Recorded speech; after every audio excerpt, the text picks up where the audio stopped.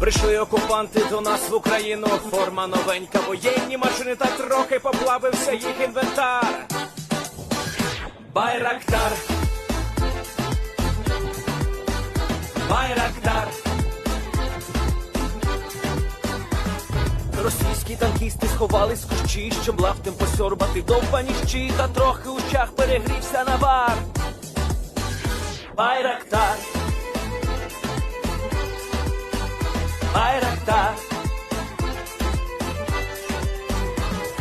Приперли зі сходу до нас барани для восстановлення великої страни. Найкращий пастух баранячих отар. Байрактар, Байрактар. Їх доводи всяке озброєння різне, потужні ракети, машини залізні, у нас на всі доводи є коментар. Байрактар,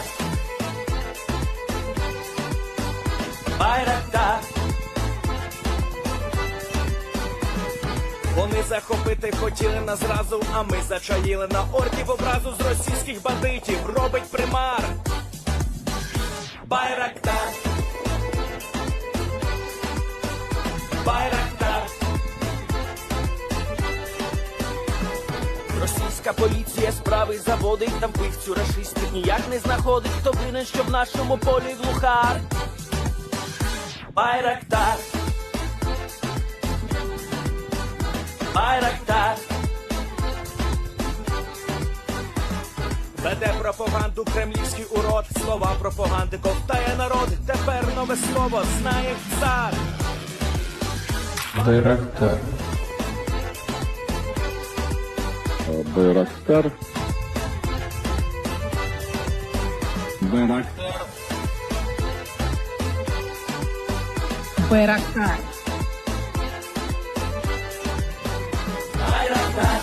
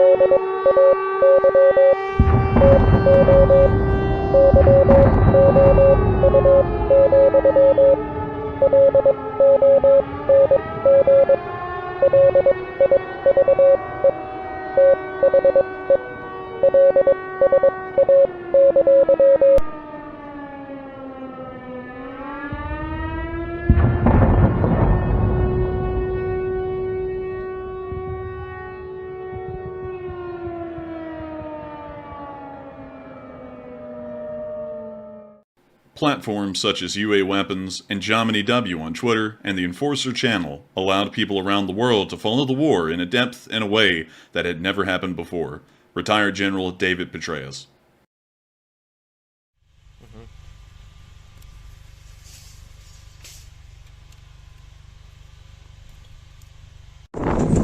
Yes.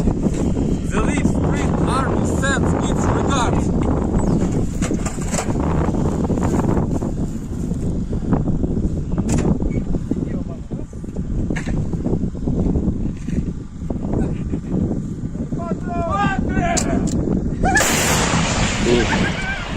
Русский военный корабль. Предлагаю сложить оружие и сдаться. Русский военный корабль, иди нахуй.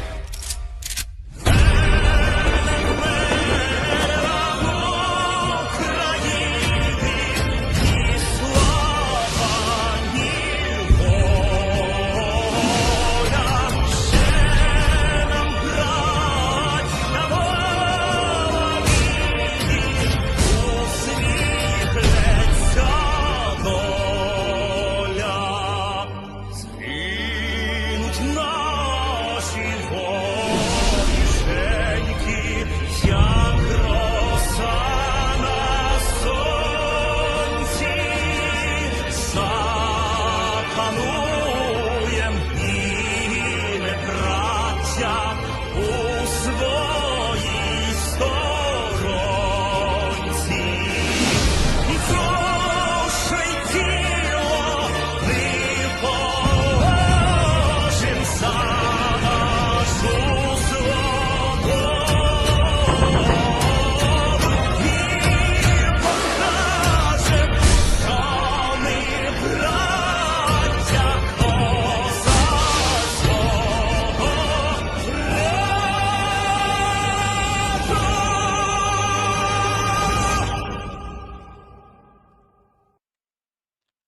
Victory for the LSA! Hello, everyone. I'm the Enforcer, and I'm accompanied by Enforcer Matt.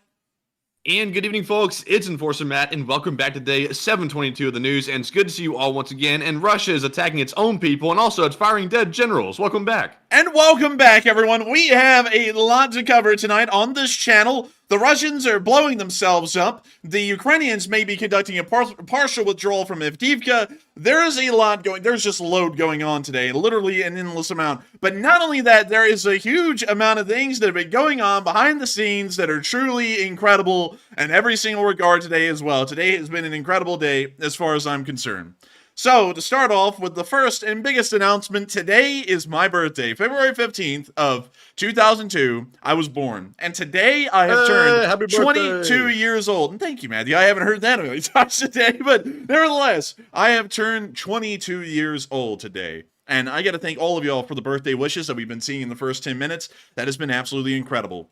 The second thing that many of y'all were privy to last night is that we got copyright striked. The copyright strike was a false copyright strike made by someone who did not own the copyrighted material. We ended up having a little bit of a negotiation with them, and they decided that it would be best not to falsely enforce a copyright that they did not own and conduct perjury. So they decided to lift the copyright strike and move on their way. So we'll be carrying on our news as we always have until the war ends, as promised. The Lee Spring Army was victorious again and will continue to do what we've done since the very start.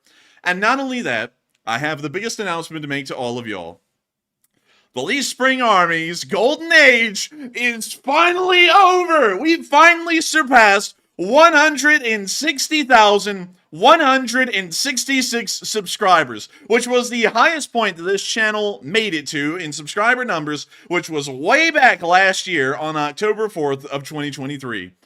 Since that point, we have either lost a massive amount of subscribers due to, of course, the giant battle that happened way back then, and then slowly was bleeding subscribers over several months. But just over the past 30 days, this channel has ended up getting 3.5 thousand subscribers over the past month alone, and is rapidly growing again. The Lee Spring Army is truly an invincible force, and everything came together to fit together just right on probably the best day of the year, which is my birthday, outside of Christmas. Christmas is the best time of the year, but the birthday is the second. And so, it is a great day. I am hyped up beyond belief, so sorry if I'm screaming into the microphone tonight. Please excuse me on that. I am extremely excited because we have a great deal of amazing things going on today, and not only that, we have a great deal of interesting and wild news to cover tonight as well. So, thank you everyone for joining me on my birthday, and we're going to be getting into this news right now. Starting off in the city of Belgorod. Within the city of Belgorod, there is a major supply line that the Russians have been operating ever since the beginning of the war. Think of it like a massive Walmart, but for the Russian military and poorly managed. A lot like the U.S. Post Office. Beyond that, however, we got to see that the Russians fired off some missiles near Belgorod. We don't really know what kind. We're kind of in between the concept that it may have been an air defense missile, or it may have actually been some kind of a cruise missile possibly, but the damage seems to be a little bit lighter, so we're assuming it's an air defense missile. It ended up failing in its launch and falling directly into the city of Belgorod, causing serious damage to a Russian shopping mall and ending up extinguishing the life of 9 Russian citizens with the failure of the launch. It is not a pretty sight at all, but I'll be showing y'all a little bit of what we've got here on this incident. And this is it right here. This is the small mall or shopping center that ended up getting hit pretty heavily by the failed missile launch, or the failed air defense or cruise missile that ended up landing in the middle of Belgorod. We also have a second picture right here showing from a higher angle in some kind of a commie block the damage that was caused again. And we can see that it was pretty serious. There's a decent amount of debris that's been blown out into the streets and is also showing that things not necessarily going all too well down there. But moving on from that and into our next little bit of news, we also got to see another view of the aftermath of this Russian missile hitting the shopping center. This is a fairly up-close film, and we got to see something very interesting here. Also, really quickly, I like to note this, because this is something that's a little bit on my mind while we're running the stream tonight. Something that is a little interesting about what happened last night is that someone said that they were going to enforce a copyright on something that they didn't own. They even admitted that. That is technically under legal definition, perjury, because to be able to enforce anything copyright-wise, you actually have to own the content. Like, you actually have to have been the one to have physically been there on site filming it, to even try and enforce a copyright in the first place. And I don't think anyone anywhere on the internet associated with this clip has any kind of an actual ownership to it. Also, on top of that, this is also being used under fair use. As many of y'all know, this is a news reporting channel, and we use these clips to report on the news. So even under that regard, it is clearly being used as fair use. There isn't even an argument most times that the audio is copyrighted, because we end up muting copyrighted audio and just using the clip itself. So want to make this clear up front before we run the stream. We make sure to fall under the legal definition of fair use every single time we use a clip on this stream. There is never a time that we do not, because technically that would not be good dojo right there. But moving on from that, here's the clip to the damage to the shopping center. And we can actually see the commie block back here that the picture was taken from, showing the damage to the shopping center. And we can see Russian citizens kind of just wandering around, trying to figure out what really happened.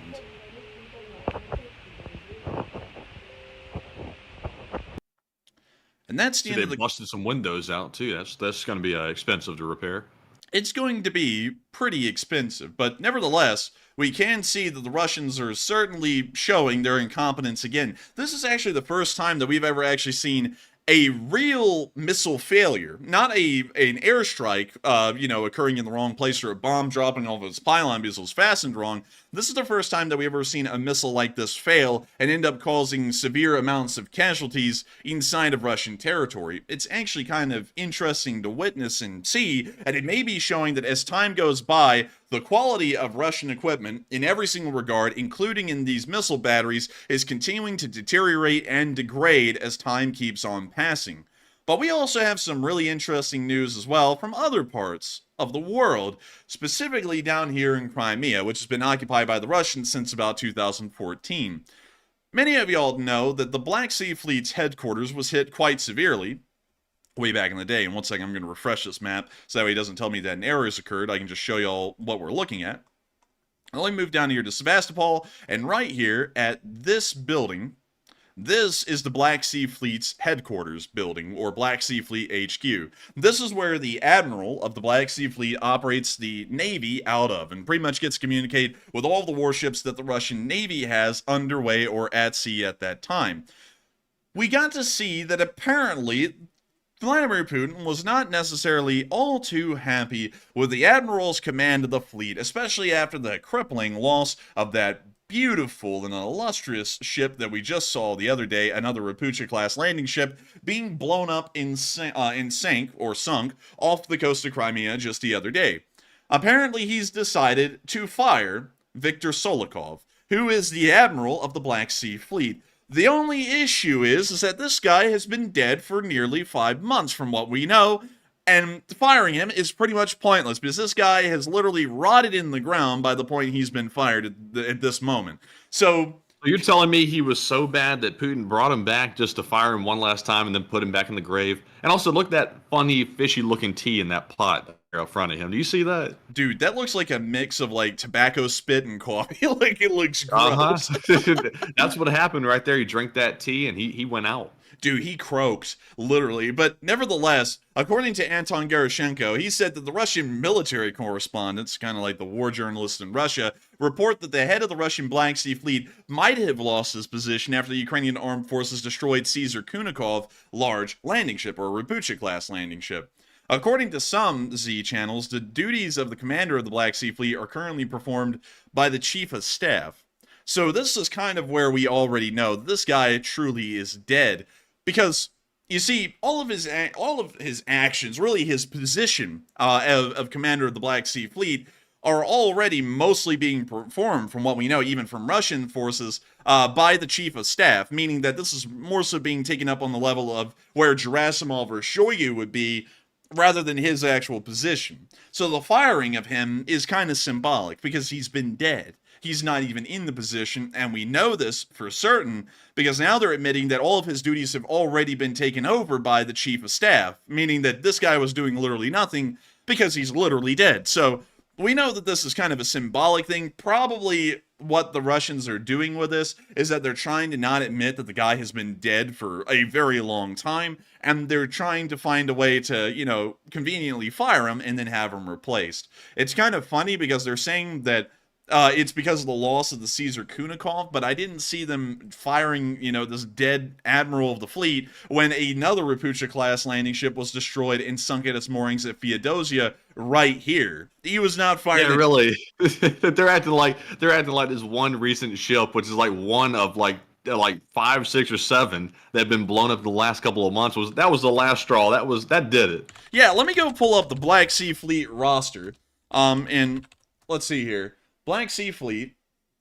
Let me go see if there's an infographic here, so that way I can get you all the Rapucha-class landing ships. So, Solikov probably thought he was going to get a promotion because he's building new submarines like virtually every other week, and the ships are becoming subs at this point. But, you don't get promoted, you get killed, and then you get fired again.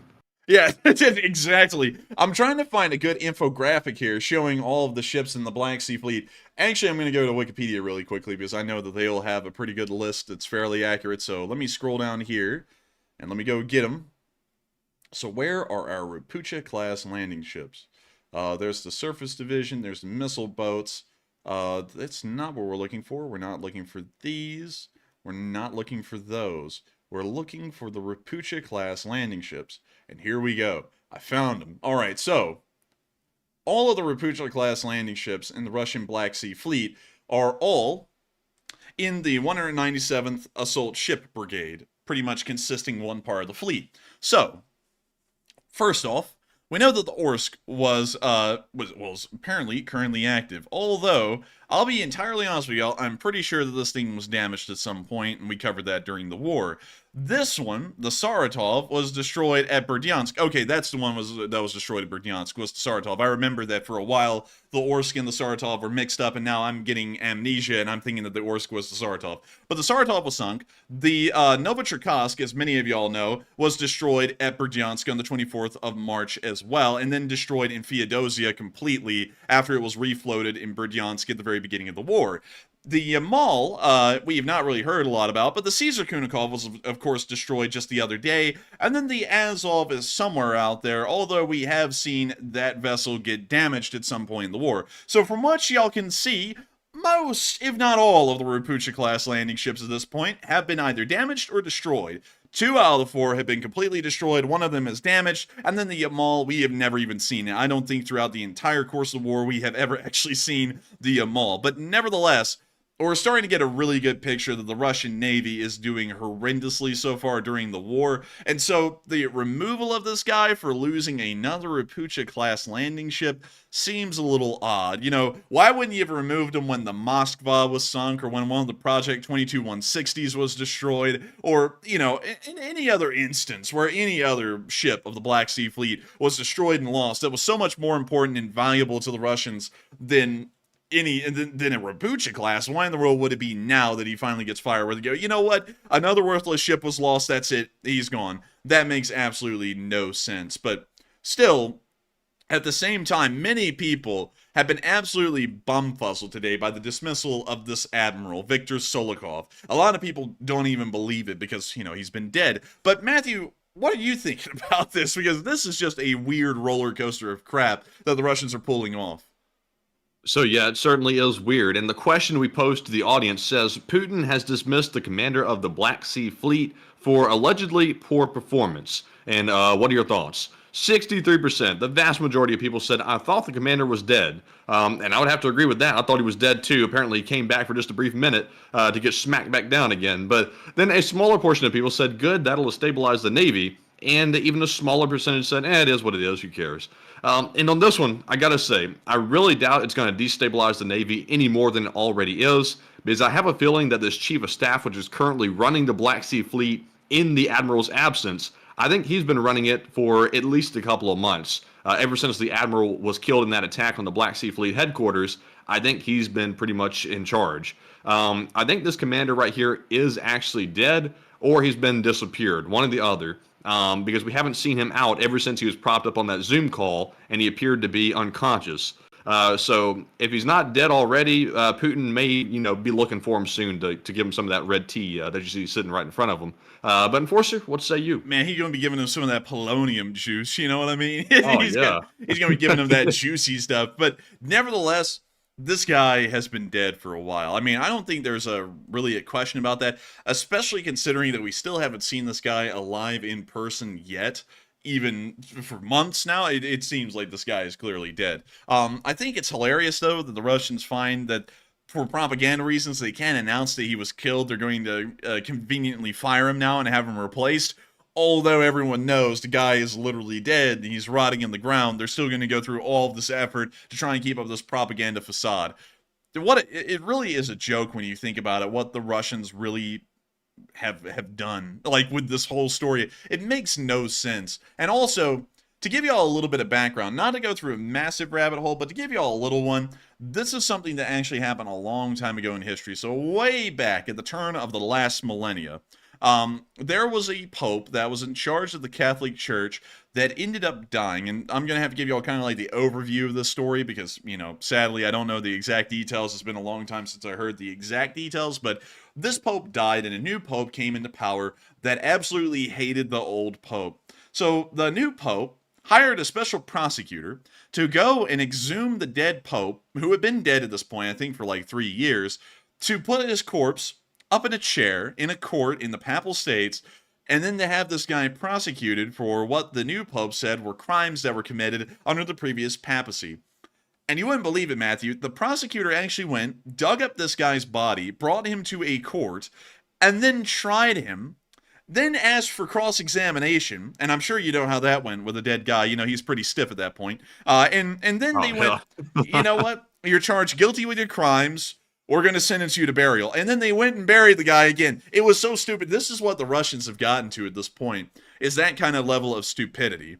Is that they'll take a guy who's clearly been dead, and everyone in the world knows he's dead, and then they'll fire him for poor performance. I mean, he's dead. How poor of a performance can you really get from this guy? But nevertheless, I guess the Russians just came across, him on payroll or something. They ran across his name. It was like, Admiral Solikov. Wait a minute, that guy's been dead for months.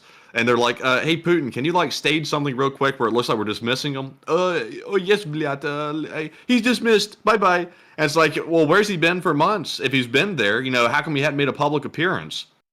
Yeah, I mean, that's exactly the point. It's like, it's clear the guy's dead. It's like, why not just say he's dead? They could have done an American deal. They could have said, we're currently assessing the situation of the Black Sea Fleet HQ. We're trying to figure out if things are good. And from what we understand, the situation is nominal. And then a few days later go, he's dead. They could have done something like that because at least then you would have been being honest, and it's not like, it's easy to hide this. It's impossible. That's why we've all known that this guy is dead for so long. But if y'all thought... Take that blueprint right there, what you see happening with Solikov. He went missing and hadn't been seen for months, and all of a sudden he got dismissed, and you still hadn't seen a hair or a hide of him. Now look at Gerasimov. Similar kind of thing going on with that. He's been missing for months. Nobody's really seen him. I wouldn't be shocked if all of a sudden he was dismissed out of the blue, and you never heard from him again either. Yeah, I mean, I'm not going to lie. I think that's probably how it's going to go from here on. Like, for everyone in the Russian government, this is probably going to be the playbook. Especially if they get killed by Ukrainian forces, they are going to pretend like they're alive until they can fire them. And then they'll be like, well, he died of natural causes a month later. So that way they don't have to explain, why is this guy never seen in public? Smallpox. There'll be something like that. They'll come up with something. But speaking of which, not only is that a joke about the Admiral of the Black Sea Fleet who's been dead forever getting fired, according to the British Ministry of Defense, the Russian Black Sea Fleet dares a venture anymore off the coast of Crimea and into the western Black Sea. They don't even go out here anymore. This has become so dangerous due to Ukrainian naval drone forces like Group 13.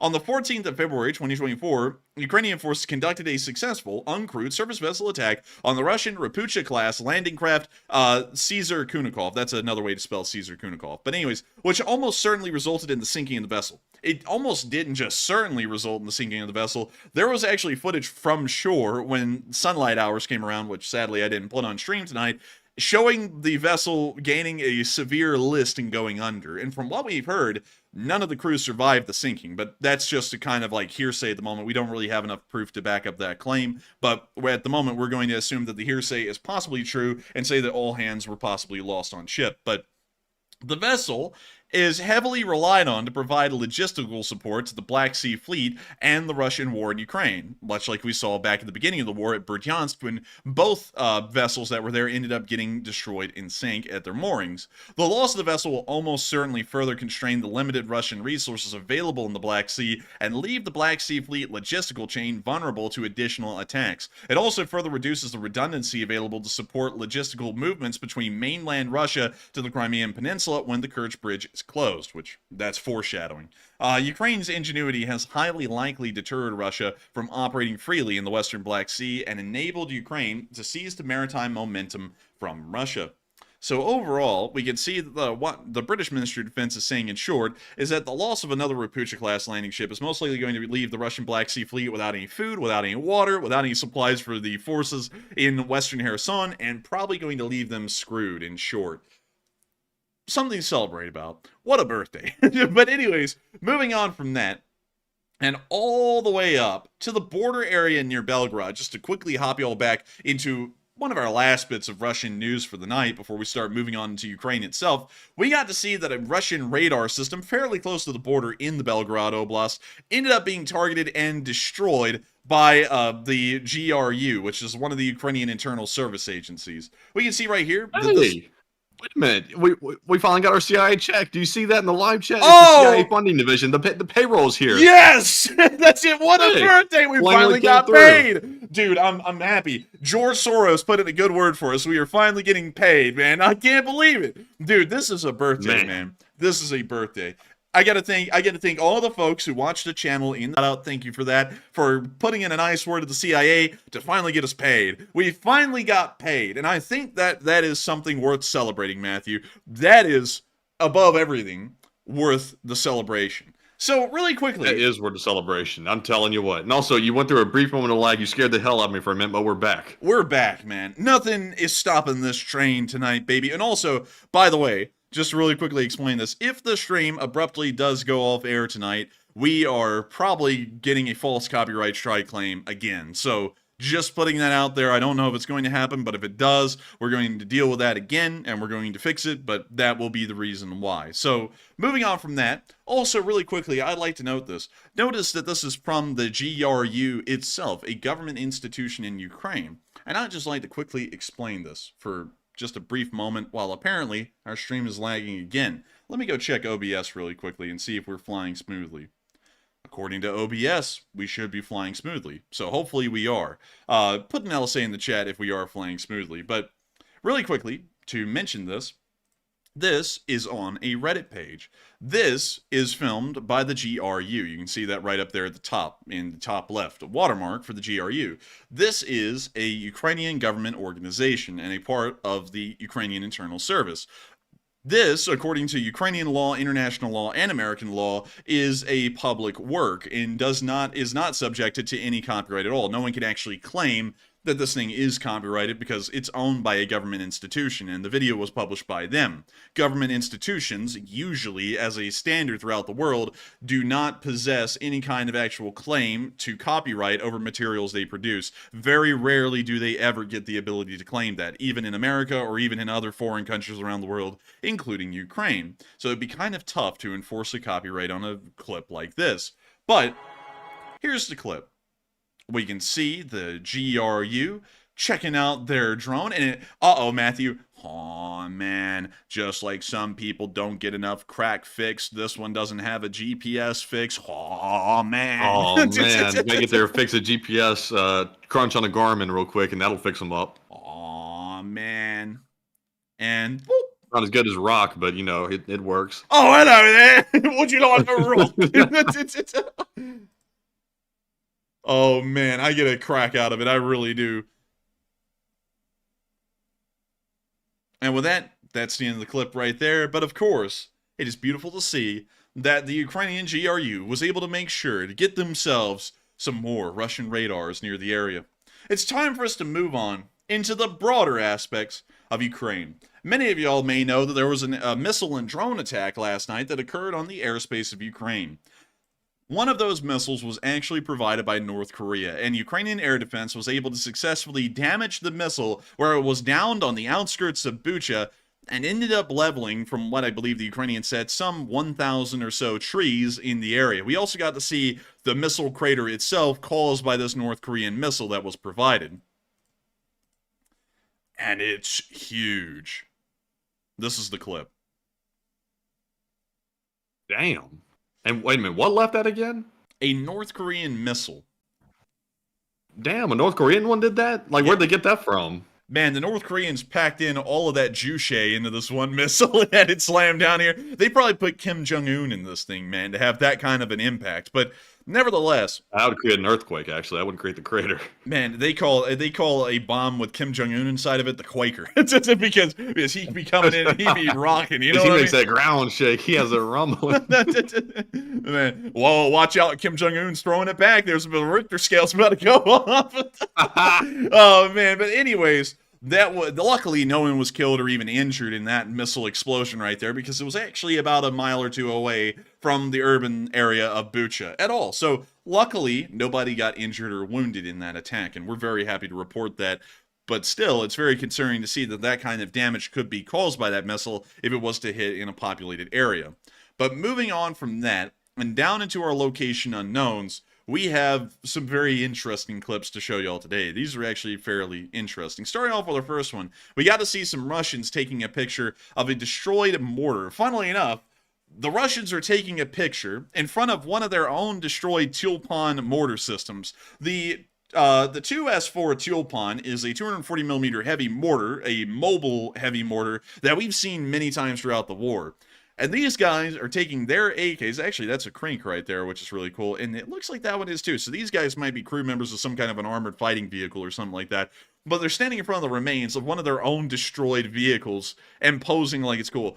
Also, somebody tell Dilbert that the helmet's the wrong size, because it's literally not fitting on his head. You could see his hairline right there. That's how small He's literally just covering up just his scalp. He's like missing the forehead and everything. So like the most important part, they're not shooting you from above, Ivan. They're shooting you from the forehead forward. Dude, I'm telling you what, that forehead's big enough to catch a bullet or two. Good lord. Dude, when Russians get told, oh, they got shot in the chest, they went, oh, no, he's a gunner. Oh, he got shot in the leg. Oh, no, he's a gunner. Oh, he got shot in the head. Oh, that's fine. There's literally nothing in there, so he's perfectly fine. Send him back up to the front. That's why they don't even care to wear helmets most of the time, man, because there's nothing inside their heads. Nothing at all. Nothing, I tell you. But Well, nevertheless, they know if they're wearing a helmet, they're wearing one from Alibaba that was intended for your cousin's paintball game. So, it doesn't really work that well. dude, you know something? You know something else? A Russian helmet is about as good as the company that sells it. It's like a Wish. Make a wish. Wish you'll live. Dude, Russian soldiers be going, I'll never die. If I ever die, I'll know I'll die. And then Captain America comes walking into the bunker and they go, oh shit, I'm going to die. I'm going to die today. This is going to be terrible. But anyways, moving on from that and into the next clip, we got to see a Russian MTLB. Wow. They're really starting to tack it on. I mean, they really are. It's pretty interesting to know. And I gotta say, I don't know what the hell this thing is supposed to be doing on the front of the vehicle, but I gotta admit, I like the ingenuity of taking jewelry chains and just setting them down onto the ground.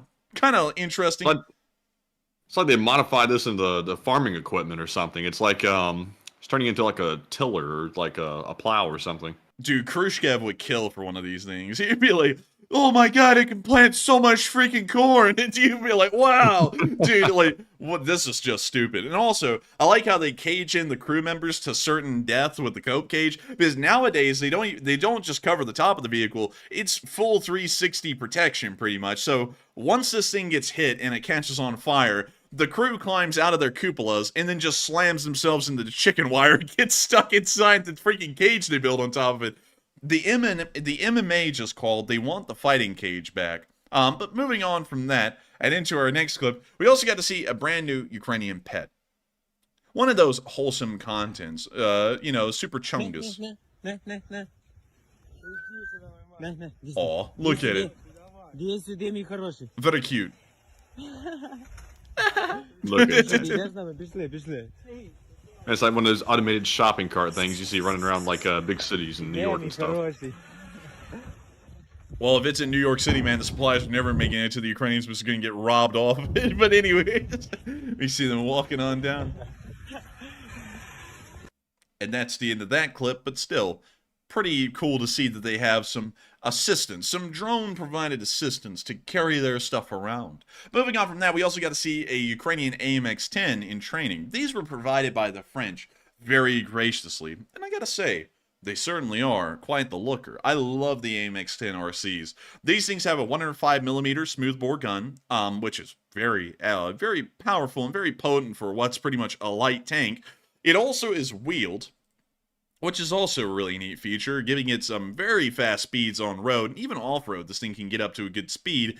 And overall, I just gotta say, the drip factor on the AMX-10 are unmatched for what a light tank is. I'm just putting that out there, one of my favorite light tanks out there in the world, and the stream's getting no data again. Man, I'm telling you what, I think our internet's having problems tonight, because I see the 2-bar thing popping up on my laptop here. I think the internet may be sketchy. Man, maybe so. Maybe so. And look at that. The OG Ellison Bosun is here. And also... and sorry, everyone, for the lag. I don't know what's going on with that tonight, but I thank you, everyone, for bearing with it while we continue to try and cover the news, because there's a lot to talk about tonight. And while there may be some internet connectivity issues, one thing is guaranteed. The Lee Spring Army will continue to persevere. Can I get an LSA in the chat? Can I? And with that, we're moving on into our last little bit of Location Unknown news, which is the Russian casualty report. And oh, by golly, it was I'm high. telling you what, big losses today, big ones. Only one Bobcat though, but that's okay. One Bobcat skid steer was lost, but for one Bobcat skid steer lost, the Russians lost 950 Russian soldiers. They lost 47 armored personnel carriers, 29 supply trucks, 9 main battle tanks, 54 artillery systems, 33 drones, and the 1 ship. Fortunately, this is being met with some rather sad news, and we're getting no data again. Let me go check something real quick. We were lagging just momentarily, it seemed like. Yeah, look, I'm so sorry, y'all. I don't know what's up with the splotchy connection tonight. It's not like this normally. I'm very sorry about this, but nevertheless, we are literally just less than 1,000 away. We are 910 Russian soldiers away from reaching 400,000 killed over the course of the war. We are very close to seeing them pass that next 100,000, which is really unbelievable. But at the exact same time that these heavy losses are being sustained by Russian forces today, we are starting to hear that the Ukrainians are officially conducting a partial withdrawal of the city of Avdiivka.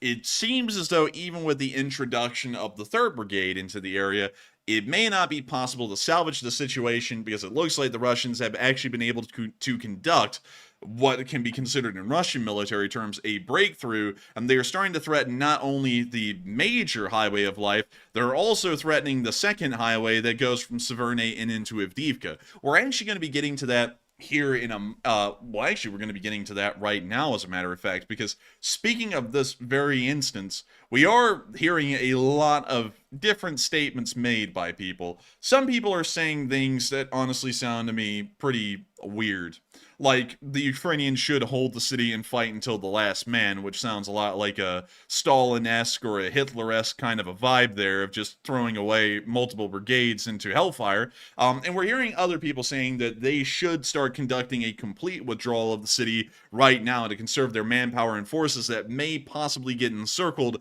if this continues on.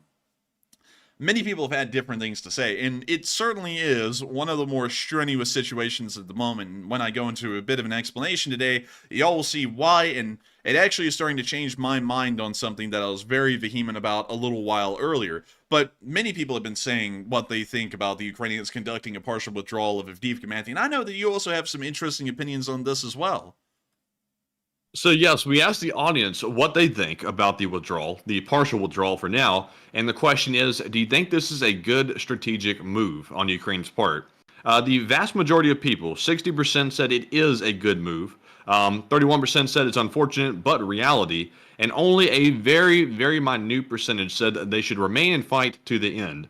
And in my opinion, they should definitely not stay and fight to the death for that city. That mistake was made in Bakhmut, and it did not go well for the Ukrainians, in my opinion. I think Ukraine knows that was the case, and they're going to try their best to avoid that from happening again. And they're going to go ahead and start withdrawing now before they get entrapped and stuck there. And, it's not the end of the world because you lose a little place like that in Avdiivka. It is unfortunate, but it is not the end of the world. But if you allow your forces to stay there and get butchered, then it will be a pretty big deal. So I think Ukraine's making a good choice with this, and it's the logical choice, and it's not being guided entirely by emotion, kind of like last time. But Enforcer, what say you? I would have to say that in my opinion, this is a great strategic move, but I would have actually started to conduct this a little bit earlier. Didn't want to say this, but once the Russians got within 300 yards of the Highway of Life, a partial withdrawal should have been announced right then and there. We should have started to see a lot of these Ukrainian units that are inside of Avdiivka moving out then. So I've got to be honest, this is a little late, and I'm going to get into some early front line analysis to show y'all why I believe that. So right down here is a major tree line through one of the fields near Avdiivka, and if we look over the past 24 hours, we can see that the Russians are doing something that I didn't expect them to do so quickly, and it kind of brings me to almost kind of be very concerned for the Ukrainian forces inside of Avdiivka. Here's where the Russians were on the 14th of February yesterday. Here's where they are today. They are rapidly moving down this tree line here south to the only other road that the Ukrainians have access to that is going into the city or out of the city. They've already cut off one major corridor that the Ukrainians used to get in and out of the city. Now they are rapidly moving towards the second one as well. And if that's the case, and if they are able to make it onto this highway, they will literally, it's not even going to be a partial encirclement or an operational encirclement at this point. It is going to be a full-on siege and complete encirclement of all Ukrainian forces that are inside the city of Avdiivka. And I don't mean to sound like a fearmonger. Usually I try and sound positive about the situation, although we're unbiased on the battlefield analysis, but this is terrible. And to be quite honest with y'all, right now what we're seeing here in the background on the western side of the city, where the Russians have broken through, it looks like a complete breakthrough. It looks like while the 3rd Brigade has been here and is trying to stabilize the situation, it doesn't look like they're stabilizing it quickly enough because the Russians are moving almost unimpeded at this point compared to the speed they've been moving throughout most of the battle. So going off of that, I hope that we see that the 3rd Brigade is actually able to stabilize this situation and at least keep the Severny corridor open, because while this is going to be a very precarious one to move a lot of Ukrainian forces through in a short amount of time, it's really the only thing left for Ukrainian forces inside the city to take advantage of and leave out of. Right now, we estimate that there's probably at least 9,000 to 8,000 Ukrainian soldiers inside of the city of Avdiivka itself. If this highway is cut off, there is no way for those 9,000 guys to get out of the city. They are going to truly be besieged, and they will have to hope that the Ukrainians can break through the lines and end up creating a corridor for these forces to move on out of. Or these forces are going to be put in a desperate situation where they have to conduct a breakthrough themselves and try and bust through the Russian lines and out the other side, which can end up causing a decent amount of casualties if the Ukrainian forces try and conduct something like that. So, going off of that, I have to say the situation is getting a little serious, and I'd also have to add that ordering a withdrawal of Ukrainian forces in the city, it doesn't just need to be a partial withdrawal at this moment. I think a complete withdrawal needs to occur at this very moment to save as much Ukrainian manpower as possible, because yes, the city of Avdiivka will be lost. That is going to be a certainty at this point, I believe. But we'll be saving 8,000 to 9,000 Ukrainian soldiers from prisoner of war camps, possibly getting killed or wounded or even worse, and we'll also make sure that they can fight another day and continue to try and defend Ukraine. Those are probably the most important things that we can get out of this. It is much better to make sure that these soldiers can fight another day than to have them stuck inside of Avdiivka in a siege. But moving on, I have to say though, it is good to see though that Ukraine is learning from their mistakes, because I mean, like I said, I think what was done in Bakhmut was a mistake. They fought nobly there in that city, but they got caught up on the name of Bakhmut and also the political value of it. And they knew that it was going to be a big propaganda victory for Russia if they were able to take all of it or part of it. And they kind of sat there and allowed their soldiers to get in a bad spot. But at least in this case, They are not doing a complete withdrawal like the enforcer's saying, but they are doing a partial one, and that's an improvement over what happened last time. And I'm glad to see it because they are learning, unlike the Russians. But there was a better situation, to be honest, last time in Bakhmut, because when we go back to Bakhmut and we looked at that battle as it evolved, the Russians ended up moving around the flanks of Bakhmut over the chicken tender, which is right here, towards Peterodne, and then towards Berkivka in the north. And then in the south, they had a similar push moving from Zaitsevo forward into Opitne and then to Klishkivka in that sort of an order. But while that was happening, and the Ukrainians eventually started to fall back block by block through the city to make sure that they weren't encircled, there was a funnel shape that widened out to where the Ukrainian lines were. At the moment, the Ukrainians have the opposite of that happening in Avdiivka. There is an inverse funnel. The narrowest part of the funnel is behind the lines where they would have to retreat. The widest part of the funnel is actually towards the Russian lines. So this is almost, in a strategic sense, the complete opposite of what the end of the Battle of Bakhmut looks like.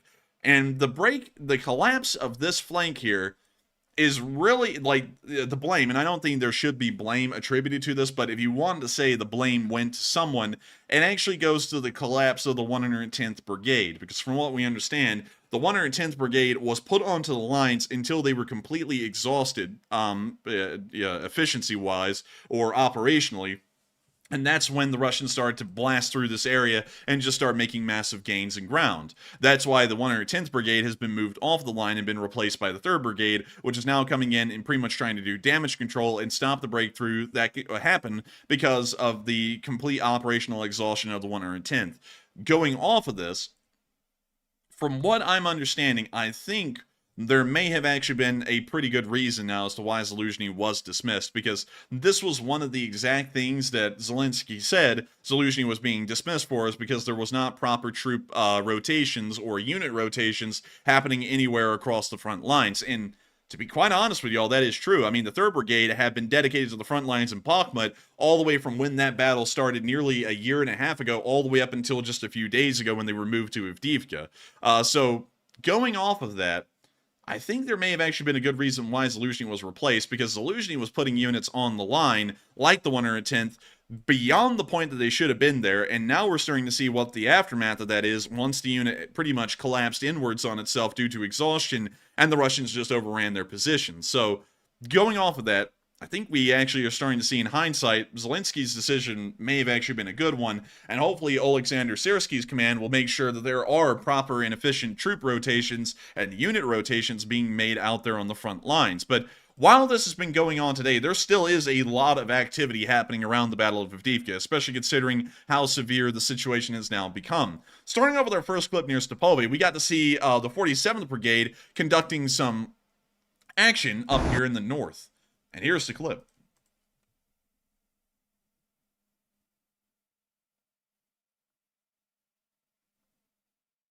And we see the Russians here hiding in one of the houses, pretty much a basement at this point, and getting hit by a Ukrainian drone. A story as old as time.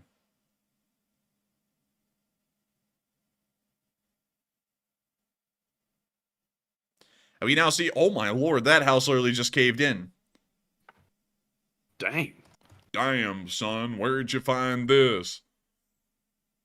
Real trap shit. Trapaholics. We make it look easy. Walk with your boys. Damn, son. That's what the Russians are becoming now. They're trapped in these houses so much they're becoming trapaholics. Look at that! Look at that bad boy. Ooh. Oh man! Dived in on him. Shook the roof. Dived in on him like an Arctic fox getting a snack. And that's the end of that clip. Of course, huge credit to the 47th Brigade for showing us what they've been doing out there, trying to knock out Russian forces, and once again holding their part of the line, north of Avdiivka near Stepove. Moving on from that, and into our next clip in the area, we also got to see more Russian units being destroyed by FPV drone strikes in this area. We're going to be muting that, but once again filmed by the 47th Brigade. We can see them throwing up their call sign and sending an FPV drone right into the back of that burned out BMP. We can now see a Russian walking up to it, and he's going, "Oh, what a nice home. I wonder if there is a washing machine in this, perhaps."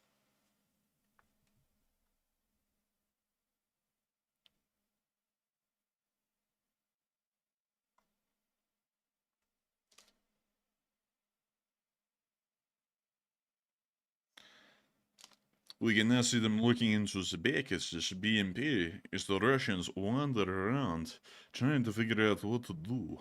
And here comes the next one. Hopefully at the call sign of the 47th Magura, the Great Eagle has shown up on screen, blade. Oh no. Boop! The right side of the freaking... Oh! Uh-oh. It's getting toasty. It caught. Man, call this Little Caesars because the inside of that BMP is hot and ready. And I see someone saying, hey, by the way, they weren't under penalty of perjury. No, they were, because to go through the counter notification, they say under penalty of perjury, you're saying that this information is in fact correct. So just putting that out there.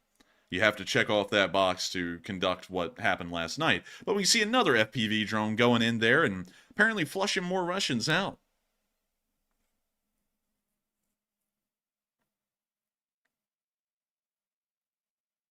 Oh, and they're crawling.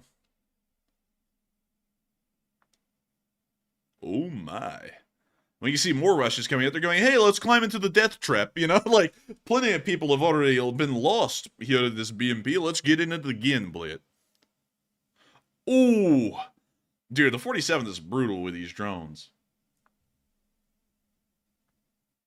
Dang, dude, did you see that one? Goodness gracious. 60 miles an hour.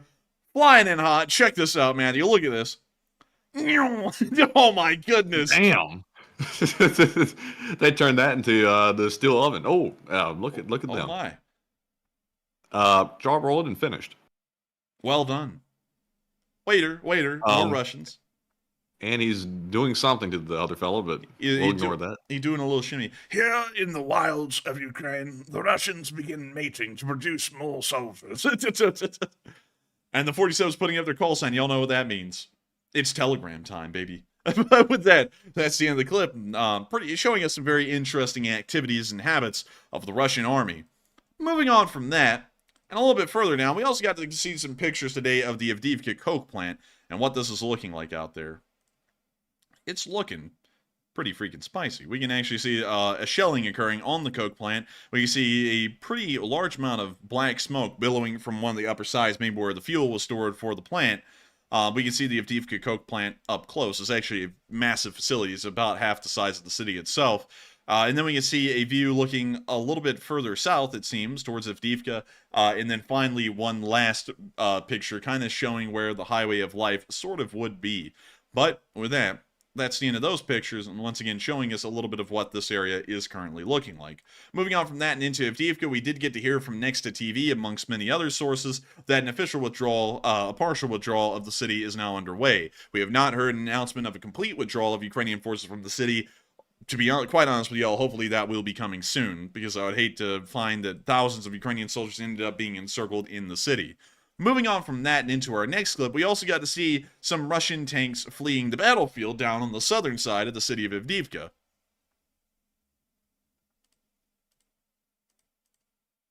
And we're going to be muting that because that's copyright. But we can see here the Russians climbing out of the MTLB. It's smoking a little bit. You see him going, oh bled, and that guy's clothes are literally rags. The MTLB keeps going. And we watch it run over their own people or something in a minute. Oh, you know it. You know it. For real. Look at them half-hearted running like, oh, we got to catch it. Oh, whoops, I tripped. Oh, no, I can't get it. There it goes. Man, they're doing this crap on purpose. Like, no way they couldn't catch up to that thing. Man, look at that. He's just walking. He's tripping over his clothes because his clothes have been shredded, so he's tripping on them. Ooh, goodness. Well, with that, that's the end of the clip. But man. Well, anyways, moving on from that into our next clip, Goodness. We got to see the Ukrainians striking more Russian personnel. Maybe he wasn't doing that on purpose after all, but you Maybe never can tell when you're looking at a faraway shot. You never can tell. You always got to scrutinize. But we can see the 59th really going after some Russians here in this clip.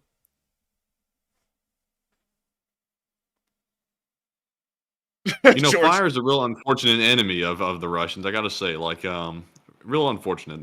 They're okay with the water, but the fire, nah.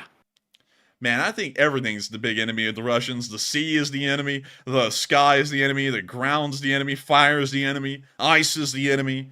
Mud's the enemy. Oh. Oh, ooh. Oh, dude, the 59th is going off. Ooh. Oh, dude, these hits. Dude, they're hitting harder than Mike Tyson. Man, I thought he was the ninth guy, but he's ready to wrap pieces. I'm gonna hit you hard with the strike. You're gonna get striked. Listen, you better stop talking unless you know. Are you talking out of turn? You know, you don't talk out of turn. I forgot the last part. Damn. Never mind. Everyone knows what I'm talking about, though. I got something better. It's not Mike Tyson, but this one's funny.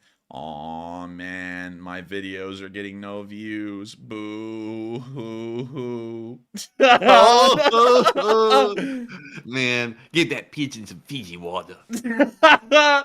Oh, man.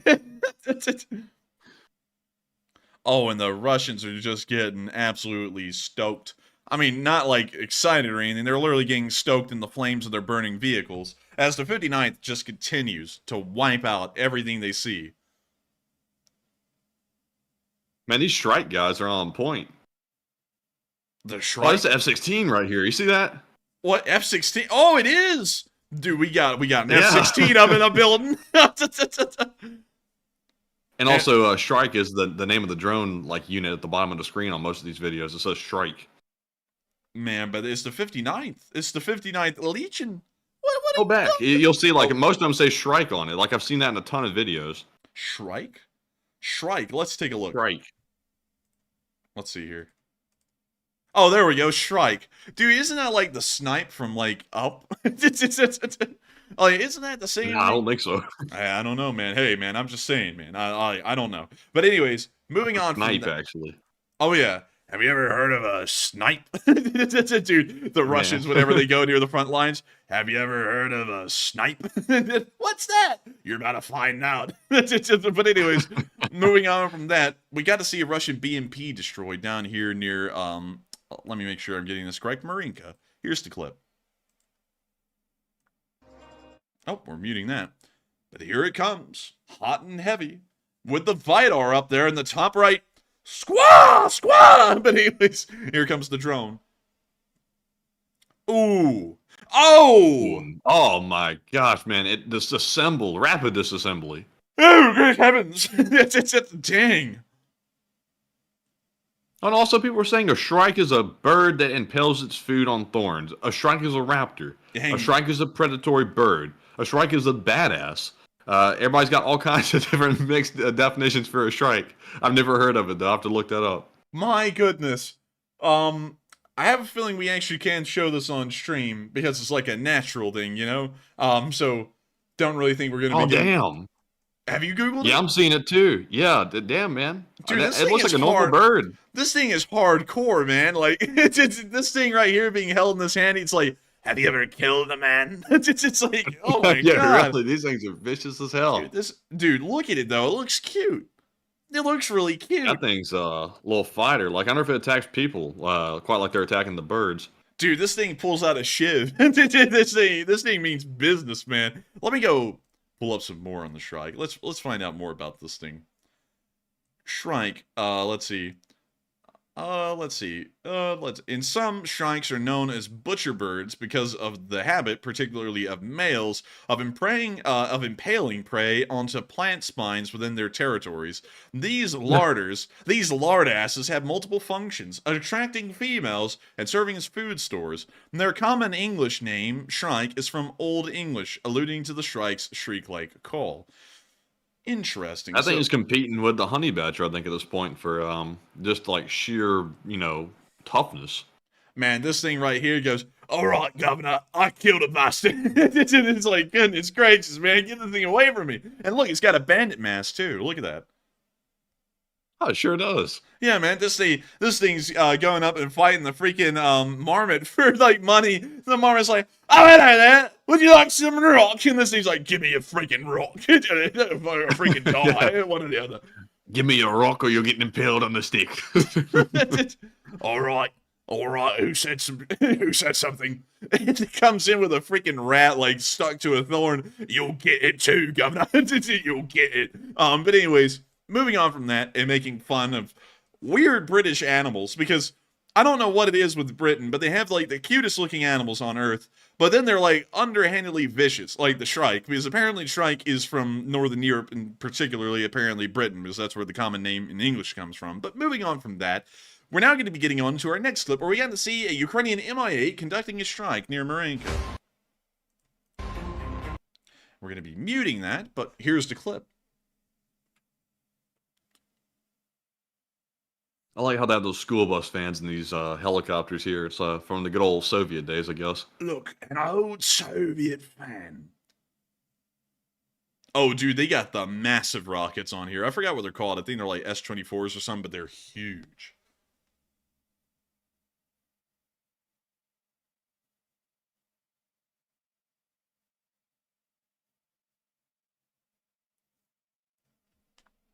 And we can see him tilting up. There they go with that tactic again. Man, they flipping. They freaking flipping, Governor.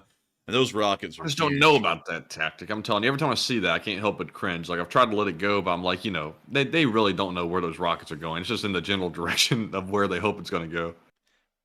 Oh, actually, they see the impacts. Look at that. They're out there in that field. I don't know if they're hitting anything, but they were all kind of landing in the general area, not in a populated area.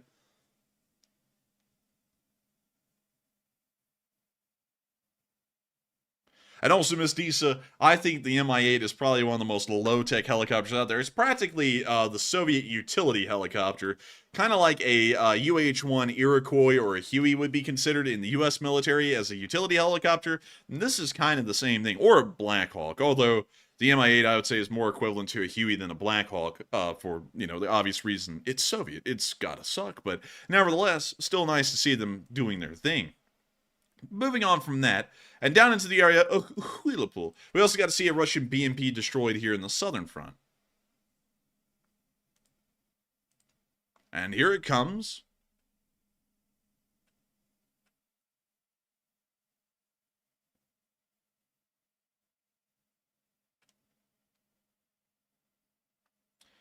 And, oh yeah, we already saw this. It got vaporized. We saw that one. Yeah, we saw that one. It's a dime duplicate. But anyways, moving on from that, and way down the lines and down here into the south, we got a little bit of news and info coming out of the southern front here in Ukraine.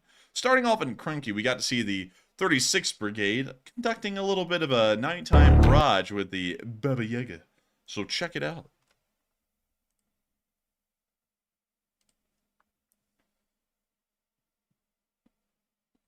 Baba Yaga Bliet. It's very vicious. Baba Yaga! Bled. Believe it or not, the Russians actually get turned on by Baba Yaga. I don't understand. Man, I got to tell you, man, this is amazing. Russians are absolutely quivering in fear of the massive Baba Yaga blade. The Baba Yaga comes over and the Russians go, hush. We're going to die tonight. Do not make noise. And then, the drone does not pick him up off of the noise. He picks him up off of the fear that they have for the Baba Yaga.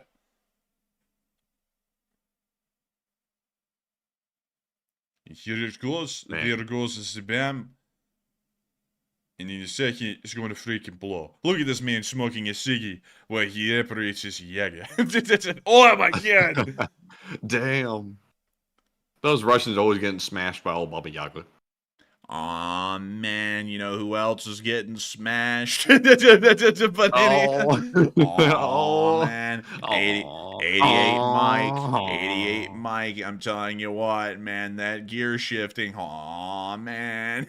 But moving on from that, and into the next clip, we got to see the Ukrainians striking a Tiger armored car. There it is. And here comes the drone.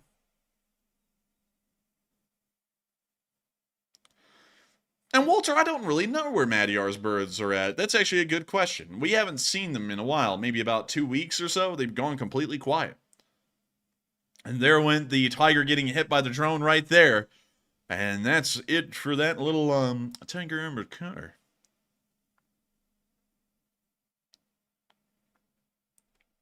Well. What are the charges? Eating a meal? A succulent Chinese meal? But anyways, moving on from What that. happened? What do you mean? It went silent, then you started doing the imitation of that crazy Australian man. Oh, dude, I was talking the whole time. I think. I swear, man. I I think he swear. lagged. Oh, great heavens! But no. Also, on top of that, we got to see some boats that are now in service with the Ukrainians in the area of Kherson, hopefully doing great work. And we can only wish the best for these little boats as they continue on their brave and valiant mission to supply the Ukrainian forces that are currently on the other side of the river, continuing to bring the good fight to the Russians. But moving on from that clip and out of the southern front, it is now time for us to make it all the way up to Kyiv to cover that speech from President Volodymyr Zelensky here on the 15th of February, 2024. Let's see what he's got to say while he's in the train. Speech! I wish you health, fellow Ukrainians. That ain't happening. I wish you health, fellow Ukrainians. I hope it goes well. Hello, fellow humans. But anyways, here's the clip. Бажаю здоров'я, шановні українці, українки. Підсумки дня. Перше. Вдячність усім нашим захисникам неба. Чергову російську ракетну атаку вдалося відбити. Всього було застосовано більше 20 ракет різних типів і значну частину знищено. Я дякую усім воїнам повітряних сил, усім нашим зенітникам, мобільним вогневим групам. Дякую кожному і кожній, хто забезпечує ефективність ППО та РЕП. І скоро додамо ще сили нашому захисту проти російського терору. Друге, провів сьогодні кілька підготовчих нарад перед нашою міжнародною активністю. Зараз якраз на шляху заплановані вагомі зустрічі з партнерами, нові угоди. Робимо все, щоб вони стали сильними для України. І впевнений, саме так і буде. Створюємо для нашої держави нову безпекову архітектуру, яка допомагатиме не просто тут і зараз, а реально довгостроково. І це те, чого у України ніколи не було, хоча були потрібні завжди. Третє, нарада щодо прикордонної ситуації з Польщею доручив прем'єр-міністру України терміново переговорити із польським колегою. Ми в Україні сприймаємо як очевидне порушення принципів солідарності те, що відбувалось та продовжується щодо наших громадян та українських вантажів. Українське зерно на асфальті – це не просто кілька драматичних кадрів, це свідчення того, як емоції можуть ставати небезпечними. Ми маємо, попри все, захищати добросусідство та солідарність, які змінюють історію всієї Європи до кращого. І ми маємо разом із Польщею визначити спільне ставлення, зокрема до імпорту російського зерна та іншого імпорту з Росії на територію країн Європи, щоб захистити наші суспільства, і в тому числі фермерів, і українських, і польських. І маємо завжди домовлятись поміж собою, українці і поляки, щоб наш спільний ворог у Москві не міг розвернути конфлікти у нашому прикордонні проти і економіки, і кордонів, і суверенітету кожного з нас. Четверте, провів зустріч із представниками українського бізнесу, рада, яка була нещодавно створена, рада з підтримки підприємництва в умовах війни. Ми обговорили чіткі речі, те, що може дати більше впевненості бізнесу і державі. І ми однаково зацікавлені у зростанні нашої економіки, створенні і збереженні якнайбільшої кількості робочих місць. Є перший блок рішень, які будуть пропонуватися на розгляд всеукраїнської економічної платформи «Зроблено в Україні», а згодом Верховній Раді і Кабінету міністрів. Більше захисту для бізнесу від процесуальних порушень та зловживань. Більше можливостей підтримати білий бізнес і отримати відповідно більше податків. Додати більше ефективності Бюро економічної безпеки. Таких завдань вистачає.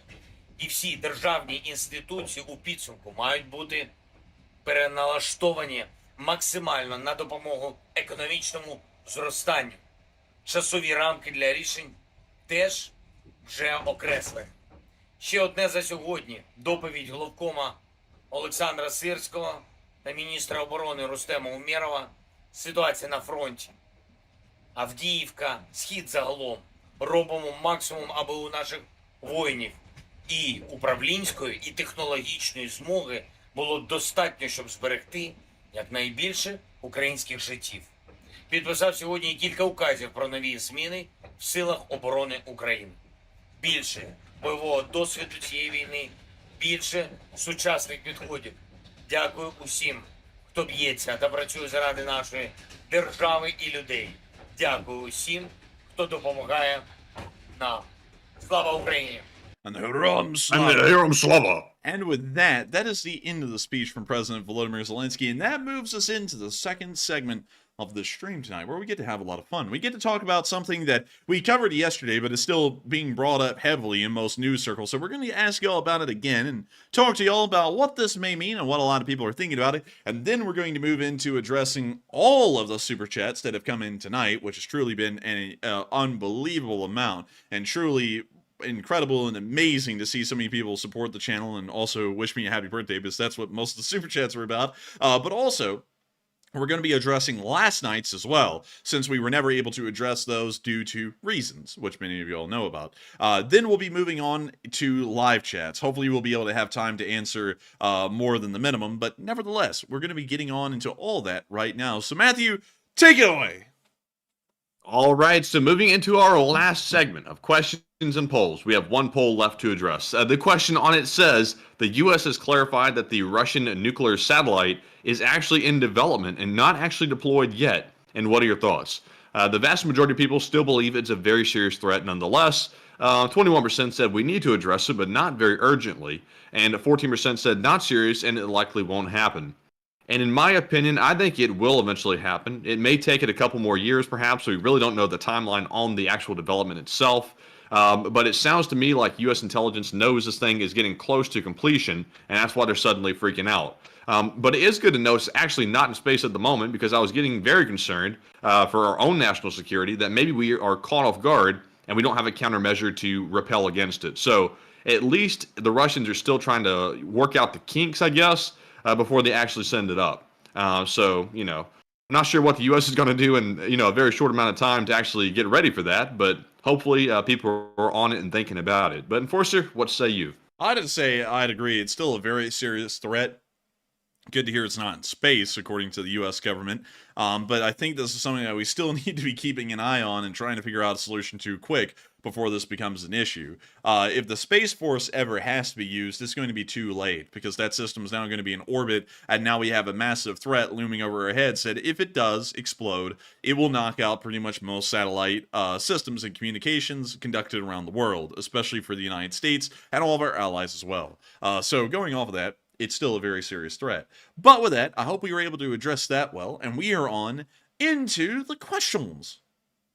All right, and we've got a ton of live chats between tonight and also last night as well, when we got rudely interrupted on our stream. Absolutely rudely interrupted, but it's all good now, because I think we got it sorted out and everyone decided it'll be best to move along. But nonetheless, our first super chat here is going to go to Tony Fleming, who puts in a $100 donation. And thank you very much, Tony, for that massive support. And that came in tonight. He said, Happy birthday to the Enforcer, and now get your ass back to work.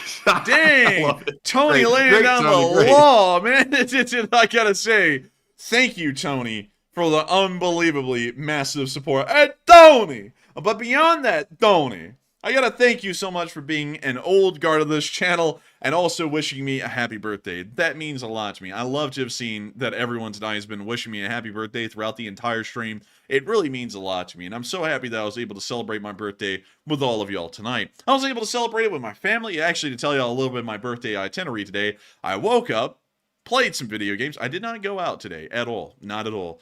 Played some video games. Funnily enough, to tell y'all which one, for all of the gamers here in the chat, it was Helldivers 2, which is an absolutely amazing and incredible game that just came out very recently, and it is something. I mean, it is a great game all the way through. I wish I could go into a lot of detail about it and everything on stream, but you know, we got probably like 9 million super chats we have to address tonight, so I want to make sure to keep this rolling a little bit quickly. But go check out that game if you're into gaming. It is amazing, especially with friends. But also, I then sat around, and Matthew and me kind of worked a little bit together on the video today. Mostly Matthew did it. And then after that, we ended up having a little fun. Basically, we did a little trolling because we finally surpassed our peak number and entered the golden age again, much to the dismay of many. So then we got a hit piece put out on us again tonight, which was fun. And, you know, we had a great day. And then we came here and we ran this stream. I gotta say, it's been an amazing day. It was a fun day, and I got to thank you so much for wishing me a happy birthday, Tony. And I am back to work already. Also, we ended up getting a bitty birthday cake from some great friends that live really close to us, and they said they would be watching tonight. So thank you once again for that nice little present. That was very nice of y'all. I'm very happy to get that. And of course, it is great to have incredible friends. But with that, I thank you so much once again for the support, Tony. I hope that does address that well. And with that, we are on to the next one. All right, and moving on up next, we have the CIA funding division. The payroll department has arrived tonight, and they have delivered a $100 paycheck. And I'm telling you what, it's been a long time coming. It's been months. We've been asking, where is the paycheck? The CIA is slacking. And guess what? They've arrived. So thank you very much, seriously speaking, for that support. And he said, make sure to mention that Russian tanks are made of zinc. And Russian tanks are made of zinc, funnily enough, which is kind of odd when you think about it. It's like, why the hell would they make it out of zinc? But there are a decent amount of components in Soviet tanks that are made of zinc. Kind of weird to me. I don't really know why. But also, I have to thank you, the CIA funding division, for your first super chat ever on this channel, and finally giving us our first check from the CIA. It means so much to us. We have been working for the CIA without breaking our toil for 2 years now. And it is incredible to know that 2 years later, the CIA is finally starting to pay a little bit of our pretty much back pay towards us for keeping this thing rolling. I love to know it because so many people throughout the war have called us CIA plant, and I've wanted that to be true the entire time because then at least we would know that we would be able to eat. It's like we would know that for sure. We would be salaried. And finally, the CIA is here, and they're finally helping us to keep this channel rolling. I got to thank you so much once again for the support and helping this to be possible. It is folks like you in the U.S. government who truly make this whole thing possible and help us to make sure that we can put out the news that we're putting out today. Because there is nothing better than managed democracy and making sure that treason is quelled in every way possible. But thank you so much once again. I hope that does address that well. And with that, we are on to the next one. But thank you so much once again, and I absolutely love the name, the username that you have. Like, I don't even, like, considering that's your first super chat, I don't know if you're an old guard viewer who made a new account just for the joke, or if you are actually a fairly new viewer that threw in that support just out of the blue tonight, and your name happens to be the CIA funding division. But that is hilarious. But still, thank you so much once again. I hope that does address that well, and we are on to the next one. All right, and up next, we have a $100 donation from Old Warrior, who's a longtime channel legend, and he says, happy birthday, and for your birthday, celebrate the arrival of the GLS DBs. And I'm telling you what, that is a good celebration for that, because I'm glad to see those things being used, along with the Vampire and a ton of other stuff as well, including the new drones. But thank you very much, Old Warrior. And Enforcer, what say you? And I gotta thank you so much for the support, Old Warrior, at helping this channel to keep running. Truly a hero of the Lee Spring Army, a NAFO in Lee Spring Army dual citizen. And also, I gotta say that it's just truly incredible to know that you were here with us still. And I got to see, and I have to say, this is really nice, because of course, this is the Lee Spring Army, and the Lee Spring Army comes above all else. You know, the Enforcer and Enforcer Matt are pretty much the consul and pro-consul of the Lee Spring Army as far as it goes, the head of the community. And no title can usurp that at all. But I saw something today that was very heartwarming. NAFO came to defend us today on Twitter, and I thought that that was really nice. So gotta say, that's really cool to know that folks like you, Old Warrior, parts of people who are a part of NAFO, are here with us tonight, and it is great to know that NAFO largely enjoys and supports the Enforcer and the Lee Spring Army, because both communities march side by side to the same goal, which is seeing a Ukrainian victory. And so, thank you so much once again for being a part of, well, being one of the dual citizens, and also, today is a day to celebrate. It was actually yesterday when we first saw the ground-launched small diameter bomb, but hey, today is a great day to celebrate because we actually got confirmation that it was a ground-launched small diameter bomb today. And so with that, Thank you once again for that massive support. I hope that does address that well. And we are on to the next one. And up next, we've got a 50 from the LSA OG Ellison Bosun.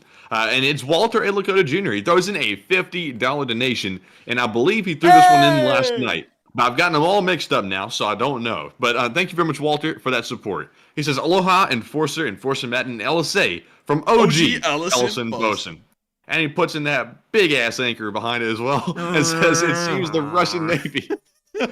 He says, it seems the Russian Navy Black Sea Fleet is going to be done in terms of surface ships, as they, meaning the Russian Navy, can't bring or move any more ships into the Black Sea because of Turkey. And I completely agree with that, Walter A. Lakota. That's what really makes the losses in the Black Sea Fleet so serious for the Russians. There's no way to shift around their naval forces throughout all of Russia to try and offset those losses onto other fleets that aren't in action. Every loss that the Russians are taking right now for the Black Sea Fleet is completely irreplaceable, because the Bosphorus and Dardanelles are closed off to Russian military naval traffic. In fact, I think they're closed off to all military naval traffic since the beginning of the war. So going off of that, that is why it is so bad for the Russians to have to deal with this. It is truly the worst. And I gotta say, I love to see it, and I love to know that the Turks, while Turkey does Turkey things and they're really bizarre and weird and they do a whole bunch of odd stuff, it is great to know as far as the Ukraine war goes, they've certainly been making some pretty good calls and doing some fairly decent things. So with that, thank you so much once again for support, Walter E. Lakota, the OG Ellison Bosun. Ding, ding. And thank you so much once again for making this channel possible. And with that, I hope I addressed that well, and we're on to the next one. All right, and the next one is going to be a $50 super chat from Heather Fitzgibbon, LSA. And this one came in tonight, and thank you very much, Heather, for that support. She says, happy birthday to you, Enforcer, and take a question from that chat. Thank you so much for the support, Heather Fitzgibbon, a true legend through and through. And I gotta say, it is so good to know that you're here with us tonight and helping us to keep this thing rolling again. Folks like you, Heather Fitzgibbon, help to make this channel possible, and it's through the massive support the Lee Spring Army gives to the fundraisers, and also the unbelievably generous support that you all give to this channel that continues to make everything possible. And I gotta thank you so much once again for wishing me a happy birthday, supporting the channel, and sponsoring a live chat. And Matthew, what do we got? In this live chat question, sponsored by Heather, goes to DL Hemingway, who says, does this look like a possible move toward World War III going kinetic? And he's referring to the satellite, the nuke satellite being put into development. Possibly. Honestly, it really is, because if the Russians were to ever try and launch that thing and it was in space, the United States would probably try and destroy it somehow, and the Russians will want to make sure that that thing is not destroyed preemptively, and so then they may try and respond and retaliate in some kind of a meaningless way that the Russians would only be able to do, or they might detonate the thing in orbit and then just screw everyone over pretty much. So it really depends, but I think it is a huge escalation. It is the Cuban Missile Crisis of our age. If this thing starts to get moved to Baikonur and it's close to completion, which the U.S. government says it isn't, so taking them at face value, this isn't going to be something that happens within this next week or two, maybe within the next month or couple of months. But with that, I hope that does address that live chat well, and thank you so much once again, Heather Fitzgibbon, for sponsoring that live chat and helping us to keep this thing running. And with that, we are on to the next one. And the next one goes to Panama Floyd, also a longtime channel legend himself. He throws in a 50 and says, hey, I can super chat once again, and was going to make a repo joke, but that would defeat the whole don't sweat it if your LSA platoon doesn't have the money. He puts in the laughing face behind it and says, one from the chat, please. Well, I thank you so much for the support, Panama Floyd. Truly a legend. And he is Panama Floyd, Matthew. One, the first part of his name, he is the most important canal in the entirety of the Americas, right here at Panama. Which actually, if y'all don't know, it's actually going through a severe crisis, because due to an El Nino weather event, the nation of Panama is actually going through a drought, so they're having to significantly reduce the amount of ship travel that happens through the Panama Canal on a daily and monthly basis, which is starting to cause massive bottlenecks logistically for the United States, which is something a little concerning. But moving on from that, and also, by the way, that's the first time the Panama Canal has ever had to do this in its entire over 100 years of operation, so that's also something that's a little bit concerning as well. But also, he's not only Panama, Matthew, he's Floyd. Two chairs. Two chairs. Two chairs. Two chairs. Have you heard about that carp? I hate those carp. Oh, I hate those carp. But anyways, I gotta thank you so much for the support, Panama Floyd. I absolutely love the name Panama Floyd too. I think it's a really cool one. And also, I would say don't sweat it if the LSA doesn't have money. That's one thing I always say. People should not feel obligated to support this channel. It is a free-to-run channel. The only reason you really support the channel is if you enjoy it and you want to see it continue.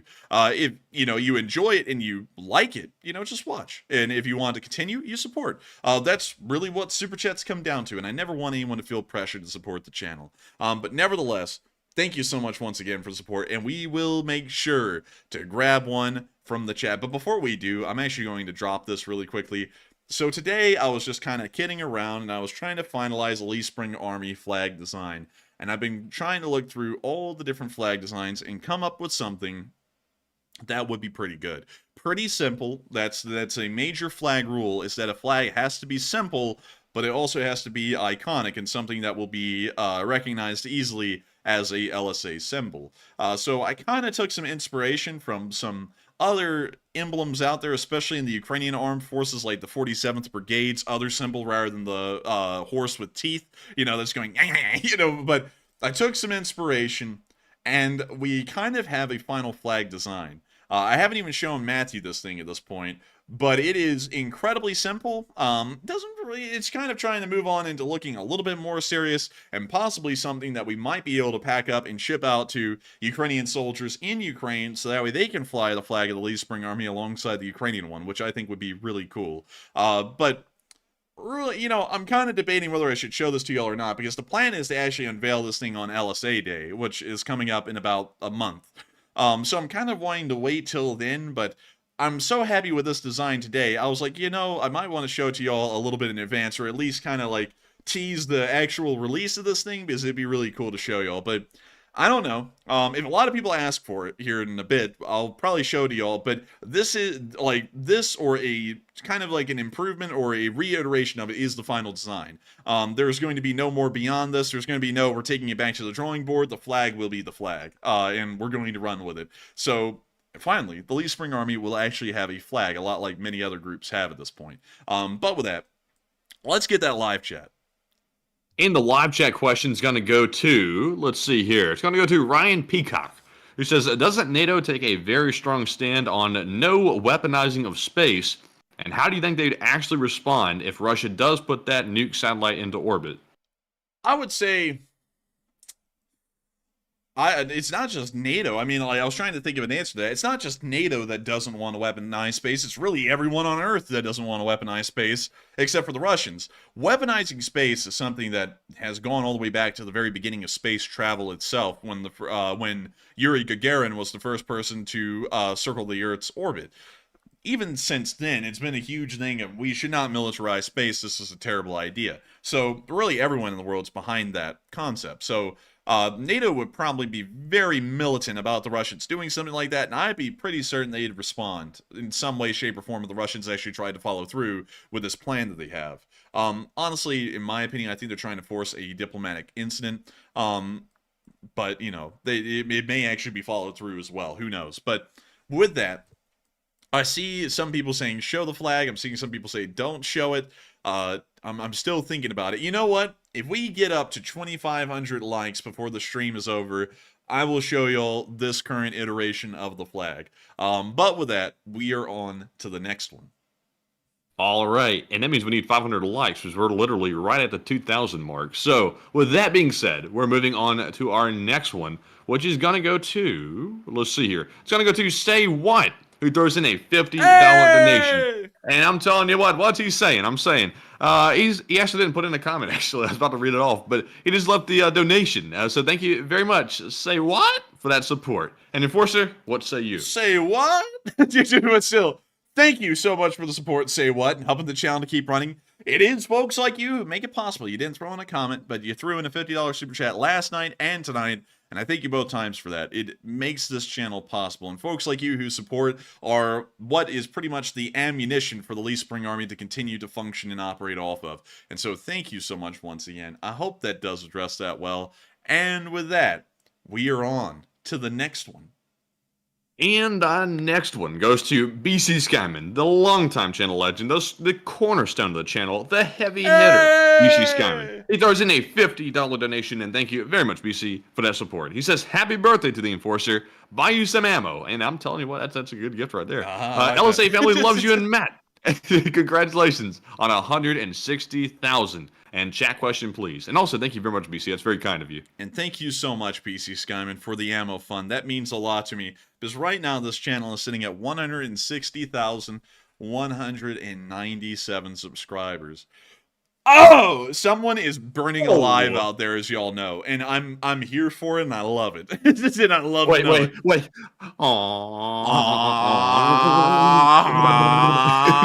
The gears is ground up. Oh no! You know. Oh, back to the recovery. Oh no! You know, Matthew. Matthew. Damn it! Working in 88 Mike as a motor logistics operator, you get the noise of that M35 or that Oshkosh Hemet stuck in your head of that.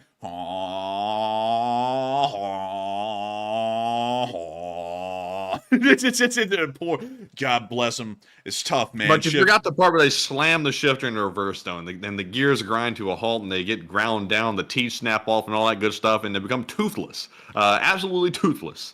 And then all of a sudden they go berserk and bonkers and stuff, and then they start, attacking people, and they go down a deep, dark rabbit hole. And then they get crapped on by other service members because they're 88 Mike, and they were a truck driver, pretty much a glorified one, and it's a terrible thing. But nevertheless, pretty interesting. Mad respect, though, to all the logisticians of the U.S. military, though. Incredible job. Except for one. One person out there. But beyond that, huge respect to everyone else who served in the armed forces as a logistician or something related to logistics. But beyond that, thank you so much, BC Skyman, for supporting the ammo fund. I love to hear that some people love ammo. And BC Skyman, you're one of those people. And also, GW North said 88 Mike is a mortar. And I think it is, but I'm talking about 88 Mike as an MOS. That's different than the mortar. And if you pull it up, the Army website actually has a little description about what that is, and it pretty much just goes through a long-worded answer to say it's a truck driver.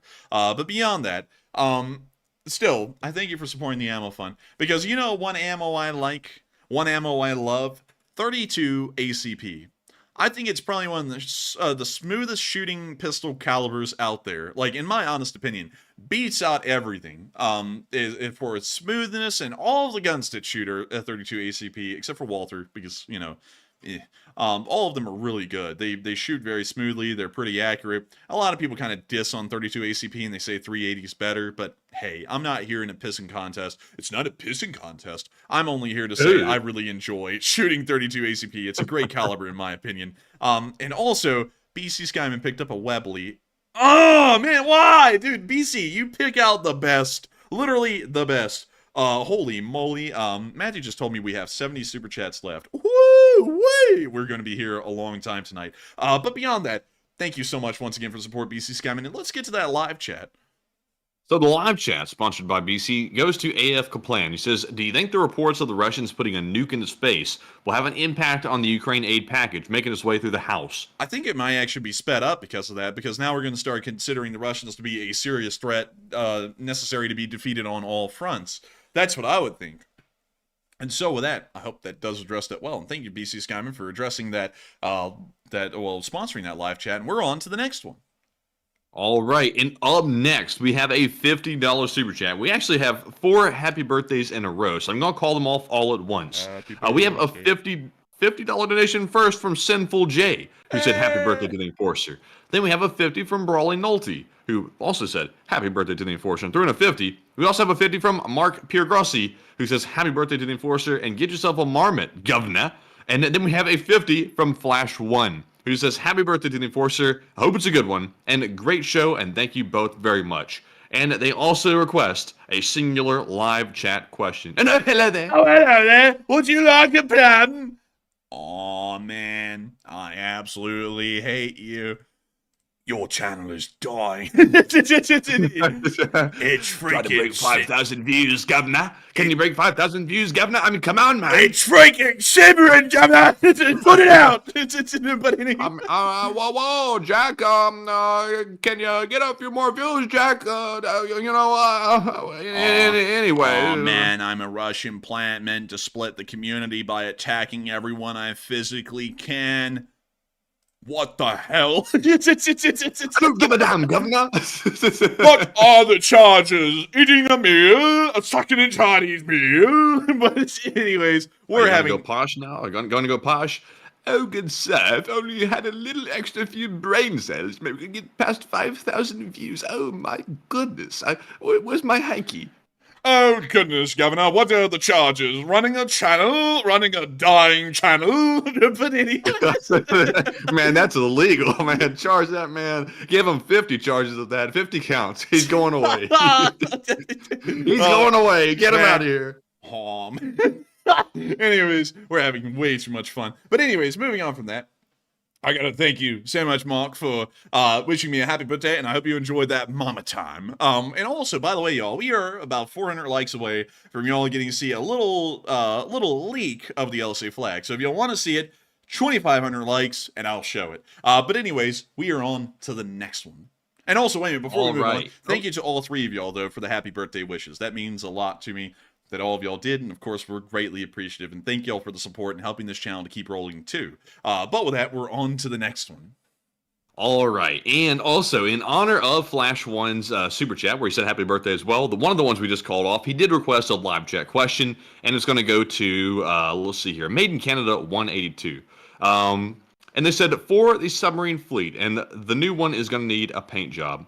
And guess what? I don't think that was a live chat question. I think that was a super chat that got mixed up in a live chat question because I recognize it. So let's see here real quick.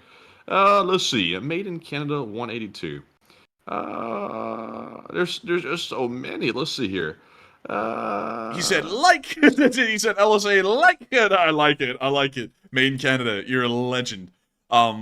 Yes, but also, by the way, I think that was a super chat. I can't remember the amount it was, but I'm going to give Made in Canada 182 credit for a super chat because unless I'm going bonkers and nuts, I think he did throw one in. I think it was somewhere in the neighborhood of $20. So, Made in Canada, thank you very much for that. And Enforcer, what say you? And I thank you so much, Made in Canada, for the support. You do help the channel to keep on running, and it's greatly appreciated. And also, he said, from last night. So, it was the last night super chat. But still, thank you so much once again. It means a lot to us. And with that, we are on to the next one. All right, and the next one goes to Steve Watkins at work, who throws in a $50 donation and says some extra to help make up for last night. And keep going, guys. And thank you very much, Steve. We were so rudely interrupted last night. And I won't go any further than that. We've resolved it at this point, and I think the individual understands the severity of their actions. I think they were maybe a little uninformed or miseducated. And that's, being friendly and putting it lightly. We're not trying to fight with the individual as now that they've resolved it, but, it was very rude. But, Enforcer, what say you? I would thank you for the support. Thank you for supporting our channel as we continue to go through troubles. Of course, it is greatly appreciated that folks like you, continue to keep the channel running. I thank you greatly for it, jubiously so. But nevertheless, thank you so much once again. I hope that does address that well. And with that, we're on to the next one. All right, and real quick, let me grab a couple of things out of the live chat here. One and a two and a three, and then we're moving back to our super chat questions. And this one goes to Margaret Hemsley, who throws in a $30 donation. And thank you very much, Margaret, for that very generous support. She says, "Congrats on congrats on one more swing around the sun, Andrew, and for the gun review fund or whatever you want." And thank you so much for putting in some support for the gun review fund. We really want to get back to doing gun reviews. Funnily enough, y'all wouldn't believe it, I was actually getting some of the guns cleaned the other day, and I actually ended up running into Jay Bagwell in the store while I was picking up the guns from cleaning, which was pretty cool. But we're planning on getting that going again, and hopefully we'll be able to get back to reviewing all the guns we've had lined up, ready to go, since the last time we filmed those videos, which was about 2.5 months ago at this point, really 3 months ago at this point. But still, thank you so much once again for your support and helping the channel to keep running. It is folks like you who help to make it possible. But with that, we're on to the next one, and thank you so much once again. And also, I saw someone in the live chat. I saw Shane Springer say, "Nah, that guy's still talking smack over there." This, believe it or not, it was actually not that guy that did it. Believe it or not, it was actually someone else who was, you know, I'm not going to get into it, but the person was misguided. I'm going to leave it at that because I don't want to get too deep into it. But it wasn't that guy. It was someone else that made a very bad decision. And we sort of let them off the hook a bit. And I think they're gracious about that because they didn't really respond. I think they got a little bit scared because they realized how severe what they did was. But nonetheless, moving into our next super chat here, we have one from Norman Austin who puts in a 25 and says, Enforcer and Enforcer Matt, you guys keep on keeping on. And this old hippie with my few remaining brain cells enjoys your channel so much. And I'm telling you what, thank you very much. And I gotta tell you, I feel like that too sometimes. I feel like I'm running on like 3 brain cells right now. Fairly normal for me, but nevertheless, I gotta thank you for the support. And I gotta thank you for the kind words as well. And of course, helping this channel to keep on running.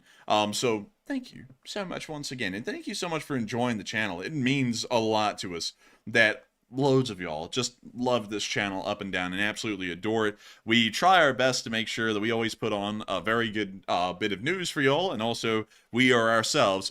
Not even a good show, really. We just like to be ourselves on air. And I thank you all so much for appreciating that and supporting this channel so that way we can continue to be ourselves and do what we do. And so thank you once again. I hope that does address that well, and we are on to the next one.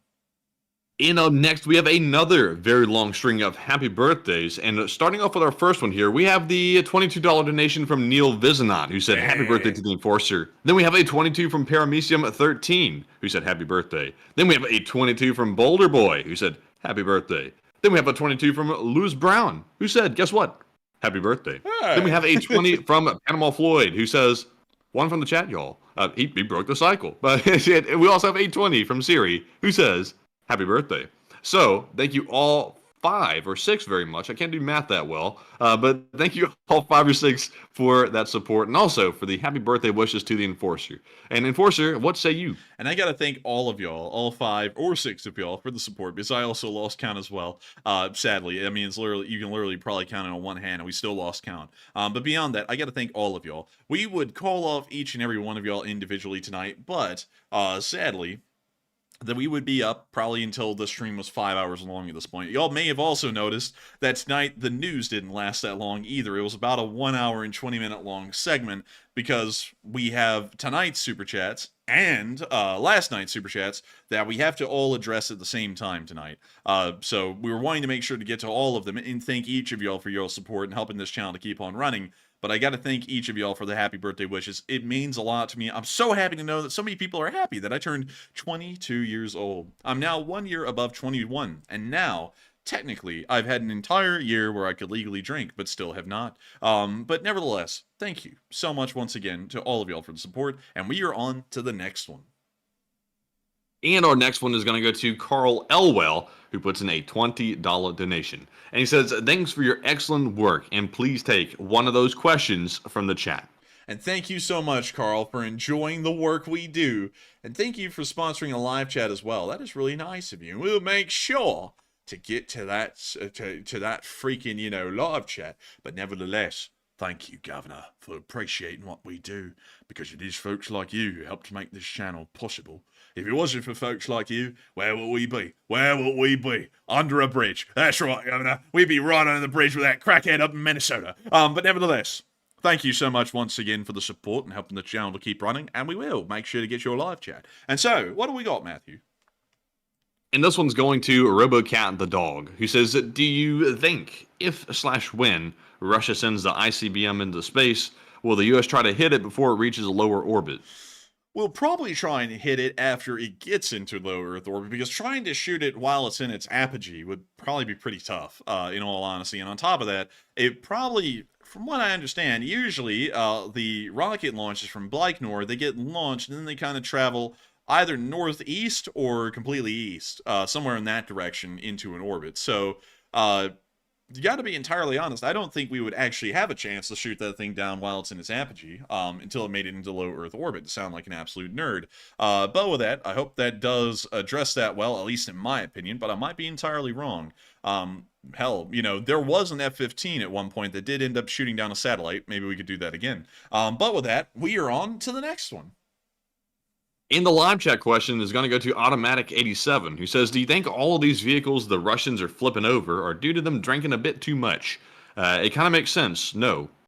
I would say yes. Yes, I say yes. I say those drunk little freaks are flipping over their trucks. But nevertheless, thank you so much for the sponsoring that live chat. And yes, I think that that's probably what's leading to the high amount of accidents is the high amount of alcoholism in the Russian military. But with that, I hope that does address that well. Thank you so much once again for sponsoring that. And we are on to the next one. All right, and the next one goes to Mace LSA, the longtime channel legend as well. And thank you very much, Mace, for that $20 support. And he says, very colloquially, for the hot dog stand investment fund. Yeah! I gotta say, Mace, we actually don't have an investment for hot dog stands. The unions are tough out there in the hot dog world. And also they put a lot of pressure on their hot dog sellers to make ends meet. There's one particular hot dog seller who's trying to stand out amongst the rest. And he's waving the hot dogs around in front of everyone's face and smacking them with them. So that's not a good way to sell a hot dog. But anyway, Enforcer, what say you? Man, I gotta tell you something. He's apparently not selling hot dogs all too well, because it's about daily at this point that this particular hot dog salesman loses another potential customer out there. As a matter of fact, it appears that he has a ravenous mob against him now that is constantly going after him. So, I mean, apparently hot dog selling is just not that great these days, and I think everyone's kind of I've heard he's a unique case of a hot dog seller with no ketchup, no mustard, no relish, no onions, nothing like that. Just straight up bags of salt. He pours bags of salt on those hot dogs like you've never seen before. Those are the saltiest hot dogs you'll ever run across. Wait, hang on, Matthew. Hang on, hold up. Oh, yeah. He's got no hot dogs, no mustard, no ketchup. He's lovely, man. Yeah, man. He loves his hot dogs with a side of rock. But boom. He loves rock. He does too much coke. Oh, dear. Oh, man. Dude, that's some of those crappy, cringy kind of sound effects that you get over there, too, with only 6 people watching. But nevertheless, wait a minute. A bombastic side eye. Dude, I got all. Wait, man, do it. Come on. Hang on, I gotta go sound pull it up effect. again. Come on, man. Hang on. Hang on, I gotta go get it again. Okay, here we go. Let me go grab it. Puts nothing but salt on his hot dogs. Bombastic side eye. Yeah, there we go. That's what I'm talking about. Oh man, dude, when you sit there and you decide that the best model to grow your channel is by attacking other YouTubers, and then you end up getting attacked by not just other YouTubers, but literally everybody on the platform. Man, you start getting attacked by your own comrades. Boom. Yeah, because people pick up and people start learning. Because when we were target number 1, just for y'all to know, of this particular person, we were target number 1, and everyone went, "Oh, this must be a righteous crusade. This guy must have a point."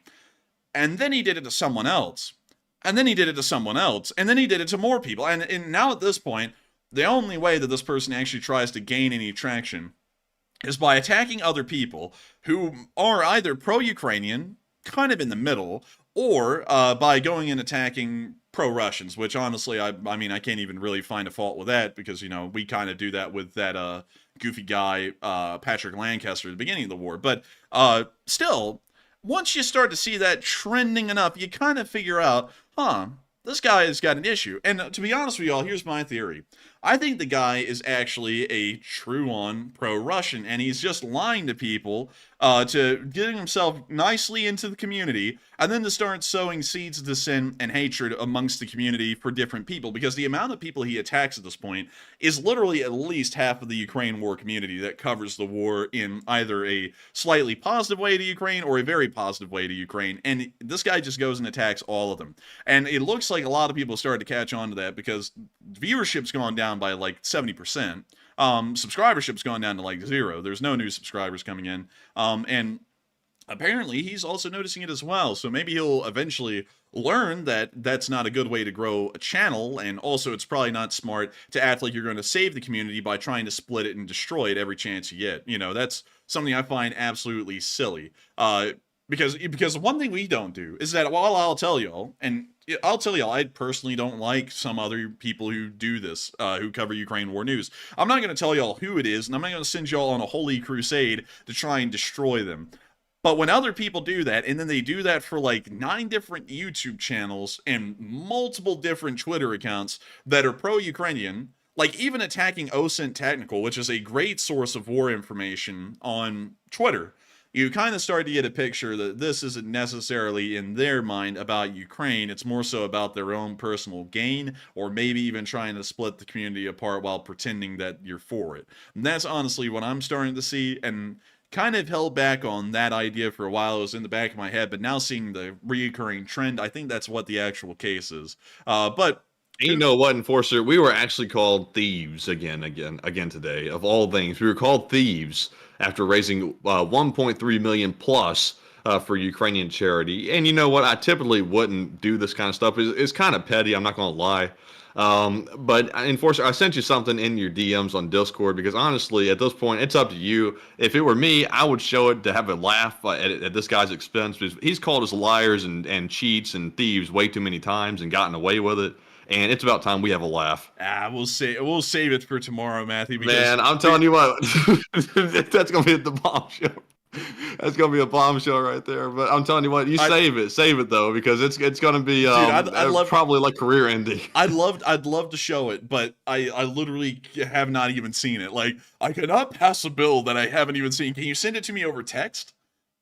Yes, I can. Okay, so we're gonna give it a minute. I'm gonna filibuster while Matthew sends that over text so we can see what it is. But let's see. And a lot of people are agreeing with me, and I'd have to be honest with y'all, because at the beginning of this whole deal, I was like, this guy is a nut, but it does appear that he's pro-Ukrainian. But after like 7 months of this guy going on a crusade against everybody, nearly, except for 40% of the community, it's starting to look a lot like that. But anyways, wait a minute. Oh, no. Wait. Oh, dear. Oh, my goodness. Oh, no, we're not showing that tonight, dude. That's going to be a tomorrow night. That could be career ending. I'm not going to lie. Like, that's pretty brutal. Like, I've actually held off and showing that. I've, debated posting this on Twitter so bad. It's about Hot Dog Man. And I've debated posting it. But to be honest with you, I'm really not that cruel of a person to do it. But after he's called us thieves for, the 50th time, tonight, I'm just, off the rails at this point. This is going to show the video, and if it embarrasses the hell out of the guy, he deserves it at this point. But, it's a doozy. I have a hard time watching it and not cringing, to be honest with you. Dude, I'm going to be honest with you, man. Listen, man, that is a nuclear option right there. It's emotional damage. Emotional damage, dude. I don't even think we can. I don't even think I could show that with a good conscience. No matter how much I actually hate this guy, because I really do. It's pretty tough, actually. I'm not gonna lie. That is tough. That is really tough, man. I think we're going to hold back on that one for a little bit and watch that dumb idiot. He'll be going, "Oh man, why don't you show it?" And then we'll show it, and then people will be mogging on him for a freaking month, and then he'll be going, also big shout out, big shout out by the way to the viewer that actually made that clip right there, because they sent it in and I've been holding that in my back pocket the entire time after they sent it in, because I was like, there's no way this is for real, or no way this has been made by a viewer. And but oh my goodness, it's horrific. Jay Tevez said, be the bigger person. Be the bigger bunny. We're gonna be the bigger bunny. We're not gonna show that tonight. But goodness gracious, I honestly, I cannot stand the guy anymore, because just a horrendous person. But I think we're gonna have to keep that classy, man, because that is a slaughter right there. It's pretty deep. Yeah, that is pretty. We can hold off. Now that I think about it, I don't think I'm gonna do that right now. But we'll save it. We might have to bring it out in the future. But it's definitely it's definitely a doozy. Man, that is rough. I'm not gonna lie. Also, by the way, I'm gonna lower the goal for the likes. If we reach 2350, I will show y'all the flag, at least in its current state. So 2350 likes. We're at 2,259 right now, so about another 90, and y'all will see the flag.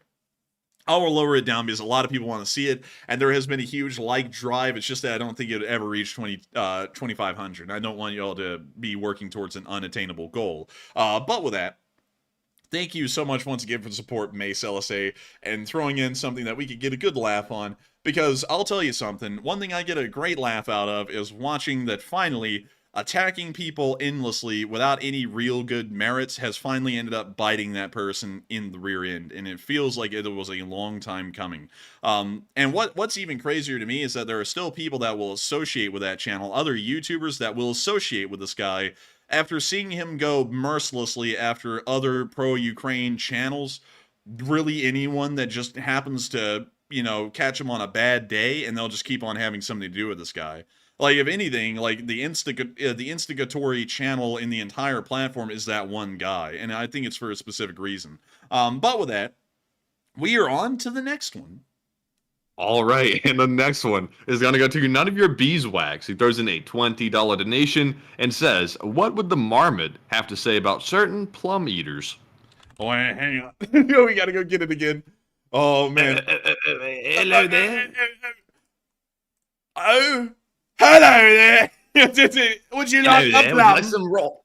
Dude, you and me both have separate lines now. It's like a pull string on a toy. Would you like a rock? Would you like a plum? But do you actually know what the real story is behind this painting? Like the philosophy behind it? Like there actually is a whole like artistic vision behind this. Wait, are you kidding, or is this like for real? This is Jacobo Lugosi's vision behind this entire photo. You'll notice there's splotches in the background behind the marmot. That represents uncertainty.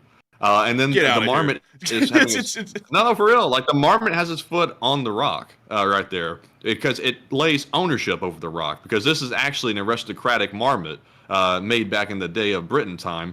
And then over there on the left, you'll see the little plums or grapes or whatever you call them right there. And that fly. The fly represents the nagging thief, always trying to steal the plums of the big fat marmot. But the tail is what protected it. Oh yeah. See, exactly, it fits right in. Yeah, yeah, exactly. That's actually all yes, by the way. I know. I know. Michael Norman said, "I smell bullshit."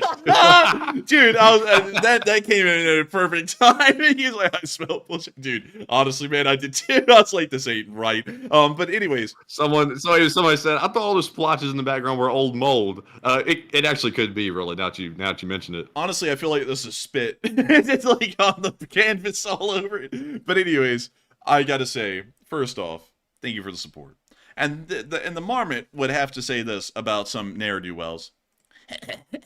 What would you say about some of those ne'er-do-wells?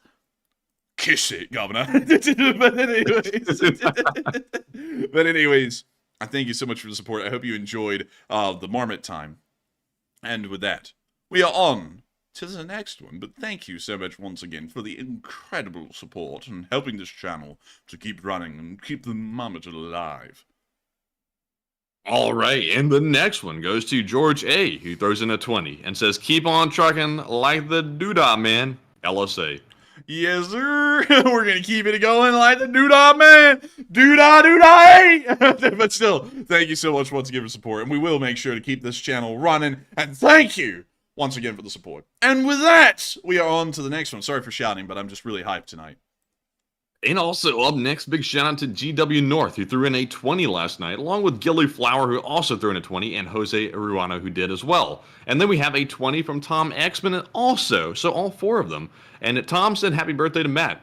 And it's actually Andrew's birthday, but it's always Matt's birthday, so thank you very much for the birthday wishes. And thank you, GW, Gilly, Jose, and also you, Tom, as well, for that support. And Enforcer, what say you? I would say thank you, Governor, for the support. I'm wishing Matthew a happy birthday. It's alright. Mine only comes once a year. But still, thank you so much for the support and helping the channel to keep it running. I thank you for the birthday wishes. And also, I thank you for supporting this channel as well and helping it to be possible. Probably the greatest birthday present I got this year was being able to come onto this channel. And so thank you so much once again. And with that, we are on to the next one. All right, and our next one goes to Walter A. Lakota Jr. once again. And this time he threw in a 20 and said, it's me again. And tell all the newbies how LSA came to be. And I might not be here tomorrow, and it turns out he actually was here tomorrow. It's today. Oh, he said it because it'll be a long day Friday. Oh, maybe it was, hold on, I'm mixing this all up. I think this might have come in tonight from Walter, but I don't know at this point. I mixed everything all up. So he says, tell all the newbies how the LSA came about, and I might not be here tomorrow because it'll be a long day Friday as the ship is going on the blocks, meaning dry dock. And Hawaii fun fact, malasada is a Portuguese donut. It fried. Man, it fried like an execution. It fried. It fried. It fried crikey. It fried, Governor. And also, by the way, y'all, we were very close to 2350. Y'all are actually going to get a little peek of the flag tonight. So, Matthew hasn't even seen it either. But I've been working on this in the background. I've been trying to come up with something good. But beyond that, I hope that you've had a good time getting into dry dock today, Walter E. Lakota, if that's happening today and not tomorrow. But beyond that, I do thank you for the support and helping this channel to keep on running. And also to give everyone a refresher on where the Lee Spring Army comes from. Here's the story. So way back in the first month of the war, I was but a young man. I was 20 years old when that war started, which is freaking bizarre to think about, man. Like, I was 20 years old. I wasn't even legally allowed to buy a pistol at that point. But anyways, I was 20 years old, and I had watched a video about Chevy back in the day, Chevrolet, as many of you would call it, yes, it's quite. And Chevrolet was talking about how leaf spring suspensions in their movie from the 30s were archaic and about to be replaced by other kinds of modern suspension systems. And that was my only understanding of suspension systems, was this video from the 1930s. And so we saw a burning Panzer S1 in the field in northern Ukraine in between Chernihiv and Kyiv. And I looked at this Panzer, and it had leaf spring suspension on the rear axle. And I said, oh my goodness, leaf springs are archaic. Nobody uses leaf springs anymore, obviously. And everyone in the live chat absolutely flamed me alive, grilled me, as a matter of fact. Because everything uses leaf springs still, and I was completely wrong. And so I got roasted that night and the next night, and we decided, Matthew and me, that instead of trying to quash that and suppress that, we might as well embrace it. Funnily enough, that's one of the things that led to the Great Schism on the first Discord server, was that the moderators didn't like that we leaned into the joke, which is kind of stupid. But nevertheless... They prefer we crashed and burned instead. Yes, they would have preferred that we try and conduct violent repressions against the Lee Spring Army, as it would form, and make sure to shut it down. So, nevertheless, the next night, the second night that the roasting occurred in the live chat, which was truly endless, I sat there and said, wow, y'all are really into this leaf spring stuff, and I'd have to say, it's not like a gang of leaf springs. And then someone in the live chat, I forgot who it was, and they said, it's like a leaf spring army. And I looked at that in the chat, and I said, oh, there we go. That's going to be the name right there, boyo. It is the Leaf Spring Army, and that's how the Leaf Spring Army was founded almost 2 years ago at this point. So, with that, I hope that does address that quite well for everyone here, about how that happened and how the community came into being with that name. And believe it or not, everyone, right when I got to the end of that story right there, we got up to 2,353 likes, meaning that this is the time that you'll get to see the Lee Spring Army flag. I'm only going to be showing it for a short moment, maybe about a moment on screen, just to show y'all where the flag has gone so far. The first flag iteration that we had actually came out during the year's anniversary of the war in Ukraine in 2023, back in February of last year.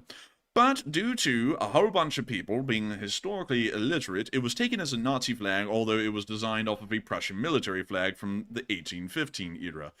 So I had to completely throw the flag out, and we had to redesign it, and we never came up on a good design since then. So I decided to go with something quite simple that would look somewhat democratic. So here it is. That's the current flag design. This is the flag? This is the flag at the moment. This is the best thing I could come up with.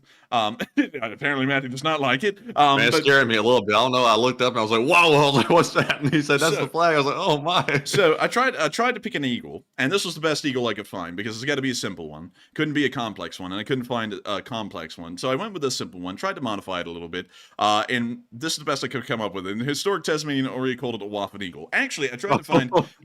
those wings are a little bit too straightened out. I know, they're a little too rigid. Honestly, what I'm wanting to do is take this thing to an artist and have it stylized a little bit more, because this thing does look a little odd at the moment, and it's still kind of being worked out. But to explain the premise behind this, a lot of Ukrainian drone units use eagle symbols a lot like this one. The 47th Brigade's drone force has actually used an eagle that is very similar to this, and I believe the 14th Brigade has a drone force that also uses an eagle very similar to this.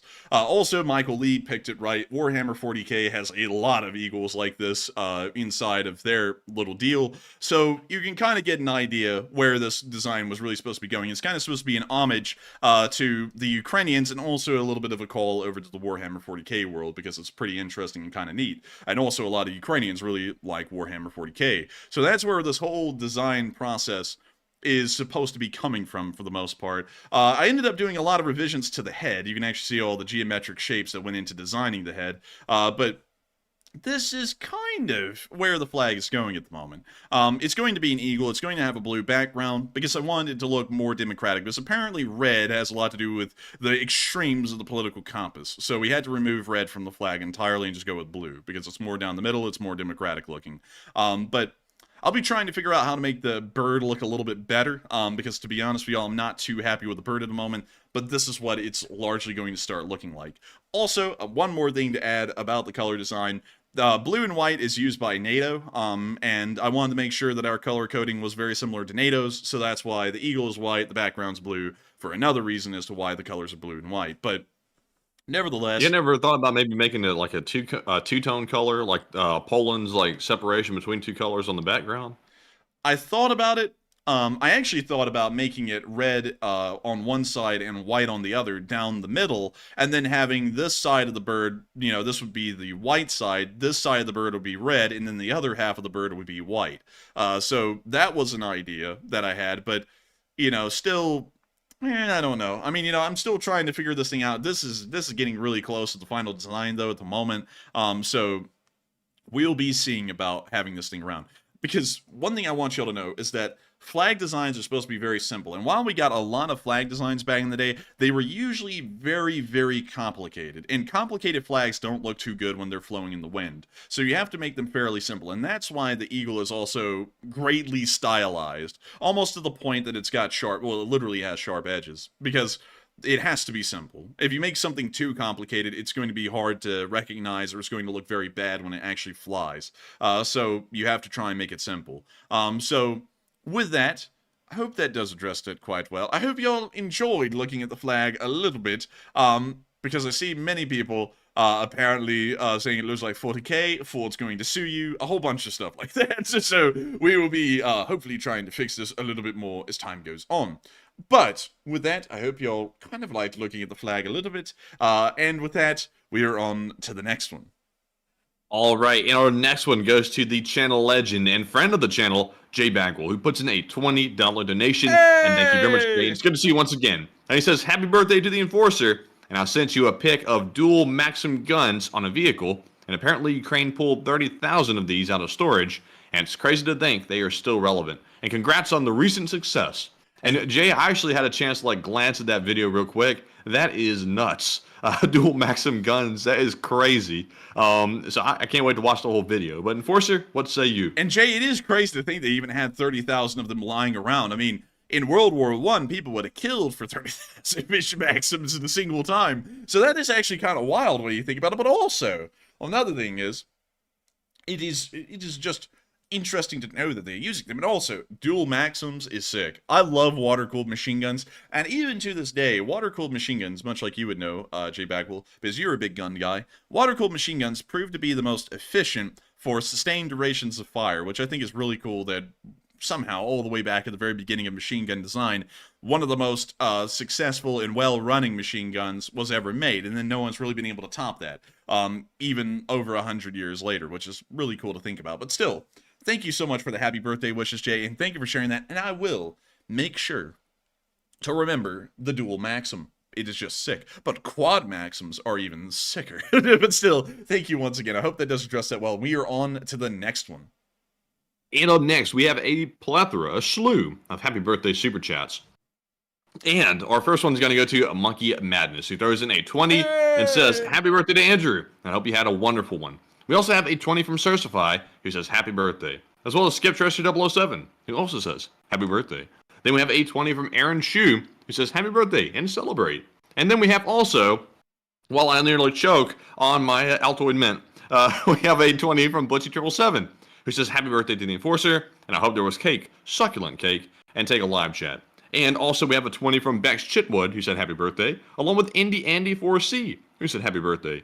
And we also had a 14 from Margaret Hemsley, who said happy birthday. And then we have an 11 from Dutch 1961 who also says, happy birthday. So huge shout out to all 8 of y'all for throwing in that very kind support and wishing the Enforcer a happy birthday. And Enforcer, what say you about all that? And I gotta say thank you to every single one of y'all that wished us a happy birthday. I think that is absolutely incredible. Matthew's birthday was not today; it's actually in July, but nevertheless, It's every day, actually. It's every day. It's every day. Matthew's growing older each and every day. It's true for both of us. Time is creeping up, and we will die. But anyways, I gotta thank you so much for the support to all of y'all and helping us to keep this channel running, because it is folks like y'all who help to make it possible. And I also thank y'all for wishing us a happy birthday as well. That makes me very happy and very pleased. But with that, I hope that does address that quite well. And with that, we are on to the next one. And Butchie requested a live chat question, and we'll grab that one. And it goes to Quantum Fighter and says, who takes over after Sokolov? Who the hell knows? I guess the chief of staff. I would suppose those would be the next people to take over, but I have absolutely no idea, because I don't really know a lot about who would be next up in the chain in the Black Sea Fleet to take his position, or who may be promoted to that position. I have absolutely no idea. But still, thank you for the support and helping this channel to keep on running. It is folks like you who help to make this channel possible, sponsoring live chats like that, Butcher777, and unfortunately, I would have to declare ignorance on that question. But with that, we are on to the next one. And this one goes to Scott Kemp, who puts in the 10 and says, I missed your show and the information it provides the last couple of nights, and absence makes the heart, ...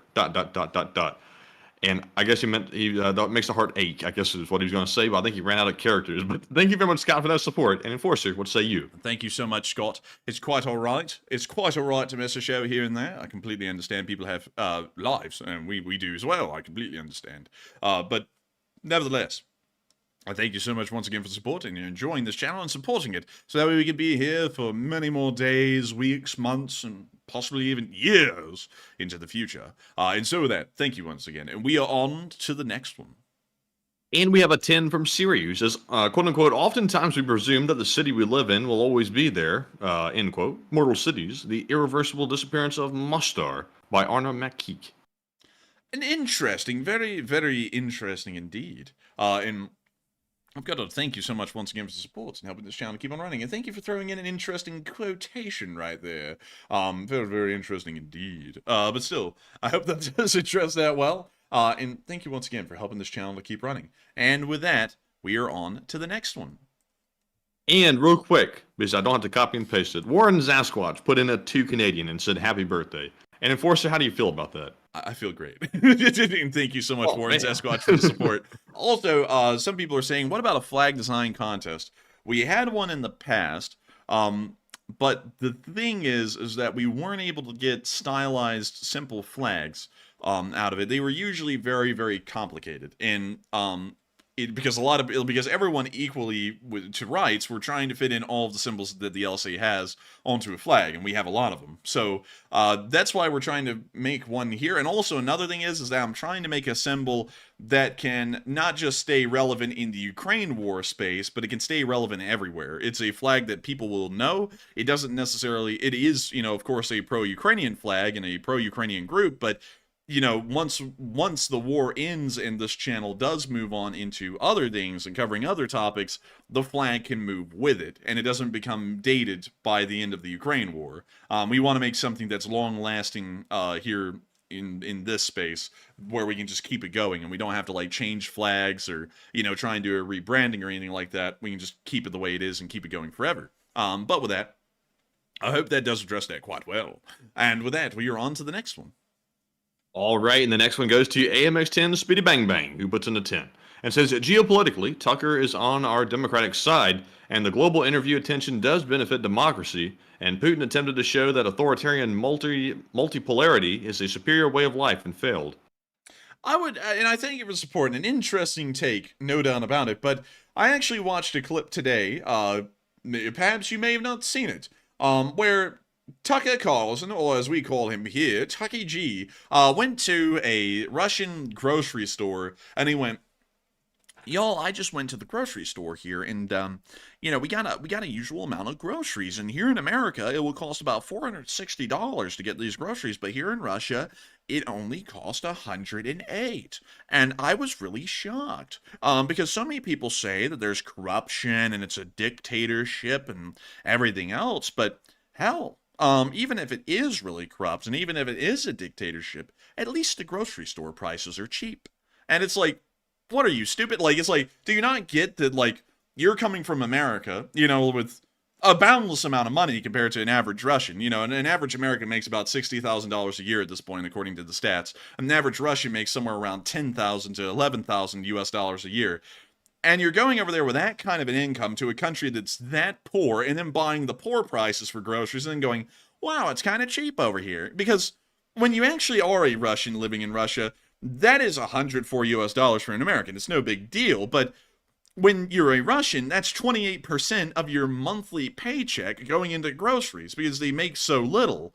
So, that was absolutely a stupid take by him. And then even after that, he said, so what if it's a dictatorship? And so what if it's really corrupt? I mean, it probably is, but at least the grocery prices are cheap. That's like saying, Nazi Germany's a nice place. Sure, they're killing Jews and Eastern Europeans by the millions, but at least the butter's cheap. It's like, that doesn't make any sense. It's like, that is a stupid idea and a stupid take. Like, that told me that the guy's pro-Russian. He's trying to push a propaganda narrative. And also, he put out a very, very interestingly worded Twitter post today, pretty much saying that the Ukrainians ought to give up and surrender and just do whatever the Russians want because everyone in America is doing this long con to just kill people because they love to watch people die, apparently. But anyways, thank you for the support. I hope that does address that well. And I'm not kidding. Go look at his Twitter. He said that today. No lie. But we're moving on to the next one. Thank you once again.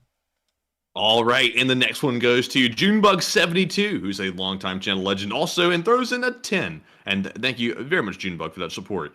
And she said, thank you for showing up earlier today, and I was really hoping you would, and you did. And F in Russia, thank you again, and you too, Matt, and have a good evening. And thank you so much for the support. We will have a great evening. And thank you so much for enjoying us, showing up here, there, and everywhere. But thank you once again. I hope that does address that well. And we are on to the next one.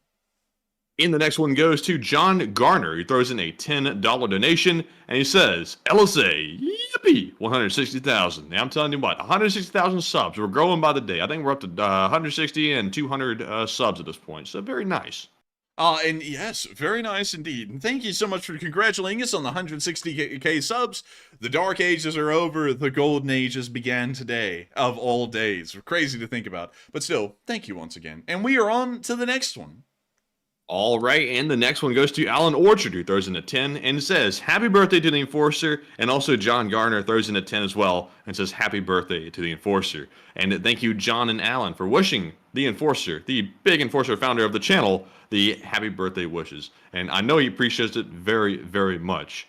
And Enforcer, do you have anything to add? And I would like to thank both of you for the support and helping the channel keep running. I also have to tell you all, sadly, we're going to have to start picking up the pace here quite rapidly, actually, because Matthew just told me we still have 40 super chats left, and I thought we were making great speed, but we have a lot of ground to cover. So I'm going to have to make my answers a little bit more short, but thank you once again, both of y'all, for the support. And we're on to the next one.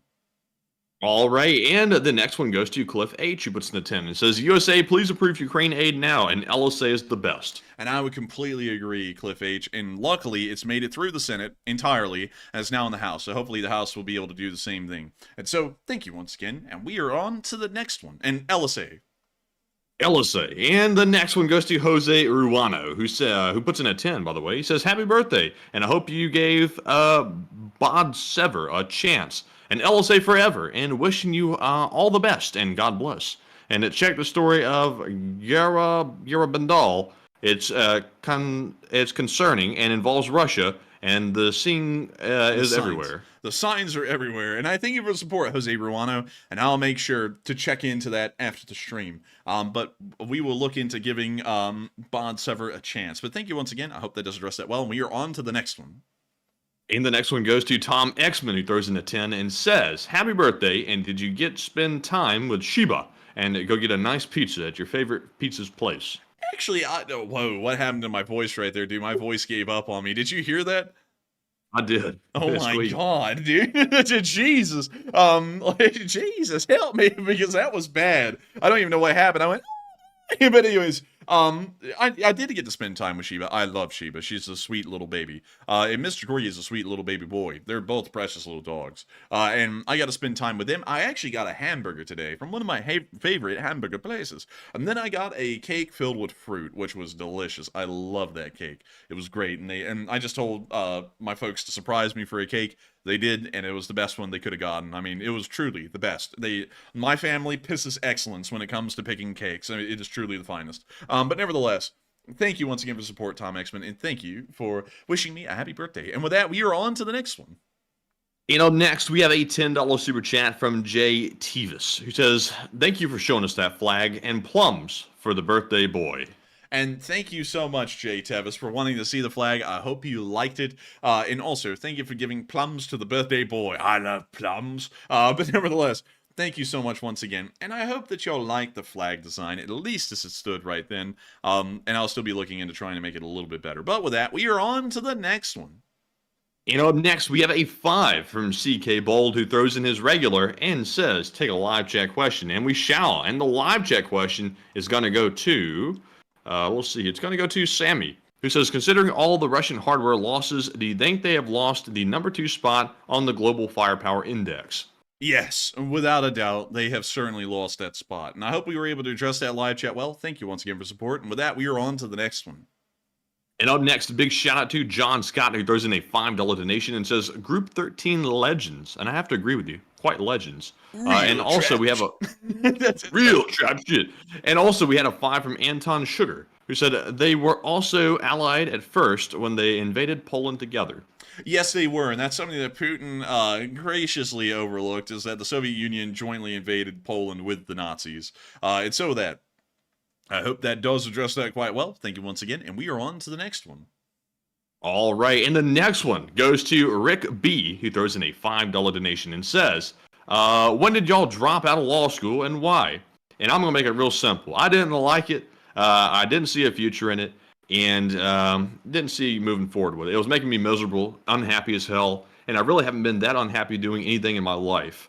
And I've worked regular jobs before. I was never that unhappy in anything, quite like I was in law school. So I was paying a hell of a lot of money to go there. So I'm like, why the hell would I pay them to torture me like this? So I said, I'm out, and I left. But Enforcer, what say you? Pretty similar story. I couldn't stand it. I walked out and said I'm never coming back.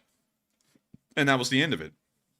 Some people have tried to make that sound like, they're losers now. It's like, yeah, but at least we went to law school. It's like, the people who say that, oddly enough, lived in their parents' house until about a year ago, and then they moved into a shitty apartment in Minnesota. So it's like, maybe, take a step back and, look at the difference there. But nevertheless, that is what it is. Hated it, and we dropped out maybe about 2.5 weeks ago, and to be honest, I've been way happier ever since. And so with that, I hope that does address that well. And also, some people asked, just to quickly follow through on that, what happens with the presidential ambitions now that you're not going to become an attorney? Well, now I'm going to find a new way to do it that I'll be happy with. Because if I'm not going to be happy on my way to making it, to trying to be the president, then it's not worth doing. So I got to find a way to make it work in both ways. But with that, hope that does address that well, and we are on to the next one. All right, and the next one goes to Robert Johnson, who throws in a 5 and says, LSA, LSA, LSA. Yeah, LSA, yeah. Baby. Thank you so much once again for the support, and we're on to the next one. And the next one goes to Carl, who throws in a 5 and says, you think all those perfect condition World War II Thompsons are still in that salt mine? And a great show tonight, guys. They probably are. I mean, those Tommy guns are probably still in there, and I wish I could get my hands on one because it would be cool to own a Tommy gun, a full auto Tommy gun. But still, with that, thank you so much once again. I hope that does address that well, and we are on to the next one.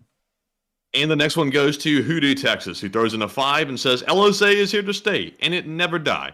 And it was meant to be that way. Though I don't know why, I don't care what people say. The LSA is here to stay. That's almost like a poem. That's poetic. Yeah, I like it. I like it. And I got to thank you for the support. I got to thank you for the support of Hoodoo, Texas, and helping make this channel possible. And I thank you for the poem. And with that, we are on to the next one. And the next one goes to Anthony Wilson, who throws in a 5 and says, hello, you got any plums? I would do a Marmot time, but we are running critically short on time. But still, thank you so much once again. And of course, Marmot in spirit. Can we get a Marmot in the chat? But with that, we are on to the next one. All right, and the next one goes to Junebug72 yet again. He throws in a 5 this time without a comment. And thank you once again, Junebug, for that support. And we also have a 5 from Shannon Newman, as well as a 5 from Born in Ukraine, who says, happy birthday to Andrew. So, Andrew, what say you? And thank you for the birthday wishes. And thank you for the support. And with that, we are on to the next one. And we've got a 5 from Lauren, who says, no question from me, young man. And take one from the chat. And thank you so much, good sir, for the support. And we will make sure to get one from the chat. All right, and the one from the chat is going to go to, guess who? It's going to go to Frank. Frank says, do we know if Russia can still load oil on ships in their facilities in the Baltic? And what is the aftermath of the drone attack? We know that they probably can do that, but the amount of oil actually available at the port's probably very minimal, if not almost non-existent right now. So it would be pretty difficult, but it's not impossible. That's at least their understanding at the moment. And so I hope I addressed that well. Thank you so much once again for your kind and incredible support and sponsoring that live chat. And we're on to the next one. All right, and the next one goes to LSA Sergeant Figment, who puts in a 5, actually, and says, sorry I'm late, and happy birthday, Matt, and hope you had a wonderful and special day and cake. And it's unfortunately Matt's birthday again. It's actually not my birthday. That's bullcrap, for me at least, because it's always my birthday, and really it's never my birthday actually, and it's unfortunate. But it's actually Enforcer and the Enforcer, not Enforcer anybody. It's just the Enforcer. It's his birthday for real. And I think he got our names mixed up really, because he wrote Matt and talked about cake and everything, and I think he was talking about you. And it's not the first time anyone's done that, because we get mixed up quite a bit. But Enforcer, what say you? And I gotta thank you so much for the support, LSA Sergeant Figment. It means a great deal. It's, of course, absolutely incredible and greatly appreciated. And I thank you so much once again for hoping that I enjoyed the cake. I love the cake. And then I got a second one on top of that. A little nice cake from Publix, of all places. Very good cake makers. But with that, thank you so much once again. I hope that does address that well. And we are on to the next one. All right, and the next one goes to Old Buzzard, who throws in a 5 and says, happy birthday. And also, John Scott said the same thing. He said, happy birthday, Enforcer, and also threw in a 5.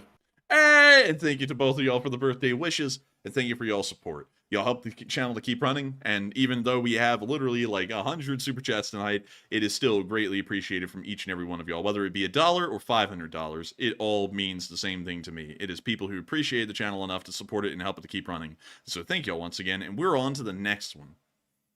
All right, and the next one goes to Hoodoo Texas, throws in a 5 and says, Putin is considering firing Lenin for lying down on the job.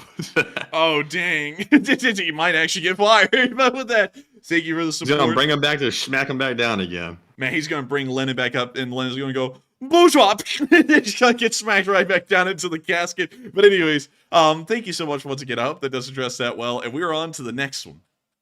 All right, and the next one goes to Mark Thompson, who also throws in a 5 and says, Enforcer Matt, are the Russian sailors going to practice abandoned ship drills now? And there has been no survivors on the last 2 ships sunk. And they better teach them how to hold their breath, because they're going to have to learn how to live in a submarine that's full of water. And there's no need to abandon a ship, because in Russia, you don't get to do that. You have to go down with it. That's the unfortunate part of the Navy. But Enforcer, what say you? In Russia, you don't abandon the ship abandons you. And that is a very true statement. But still, thank you so much for the support. And that would be my answer to that question. But still, thank you for the support. I hope that does address that well. And we are on to the next one. And the next one goes to Anthony Vi 2, who puts in a 5 and says, happy birthday, Enforcer, and you two got me through the pandemic. And only now, having long plague, a stroke, and finally awake to watch your show. And goodness gracious, you have been through a lot. I know how bad the long plague is. That's a doozy in itself. But the stroke, I've never had to deal with that. So, goodness gracious, I hope you're okay now. And goodness, I don't know what else to say. But Enforcer, what say you? And I gotta thank you for the support. I'm very happy to hear that we were able to help you to get through all that, and I'm glad to hear that you're finally able to watch the channel live. But that is terrible. I didn't have to deal with the long plague, and I also didn't have to deal with a stroke, fortunately. Sometimes though, I do feel like not to say I'm a stroke victim or anything, because that'd be ridiculous, but sometimes I do end up just slurring my words for no reason at all. I'm like, what is going on? But I hate to hear that. That is terrible, and I hope that things are much better now than they were in the past. Because that is terrible to hear that you went through so much. But I'm glad to hear that we were able to help you to bide the time during all of that happening. But with that, thank you so much once again. I hope that does address that well, and we are on to the next one. And the next one goes to Halligan218, who puts in a 5 and says, "Happy birthday, and I hope you had a great day." And thank you so much for wishing me a happy birthday. I did have a great day, and thank you once again for the support. And with that, we are on to the next one. And up next, we have a 5 once again from Carl. He says, $1 a day keeps the trolls away. And Carl, I have to say, thank you very much for the support, first of all. But unfortunately, it's the absolute opposite, especially when you're dealing with hot dog trolls. The $1 a day thing, the dollar makes them come over here a lot faster. It seems like that attracts them. Man, because he's trying to get, actually, funnily enough, he's trying to draw the super chat supporters away from us and over to him. Because if you notice, Matthew, there are super chatters over there at the moment that used to be here, and it appears that a lot more focus and effort was put on turning them to the dark side than anyone else. Have you noticed that? Honestly, not really. I don't really focus on it too much. I just, put my nose to the grind over here. Man, I'm on that grind, but every once in a while you'll notice, hey, that person used to be over here, and now they're over there, and it's like, why is that the case? From what I found, apparently it's focused propaganda campaigns on some of those people, and they've conducted high treason. But anyways, with that, I hope that does address that well, and we are on to the next one. All right, and the next one is going to go to Ed, who throws in a 5. And he says, Irish Ed, LSA, and the risky space weapon doesn't pass the smell test. The USA, Orcs, China, India have taken satellites down, and also the U.S. set a nuke over Hawaii.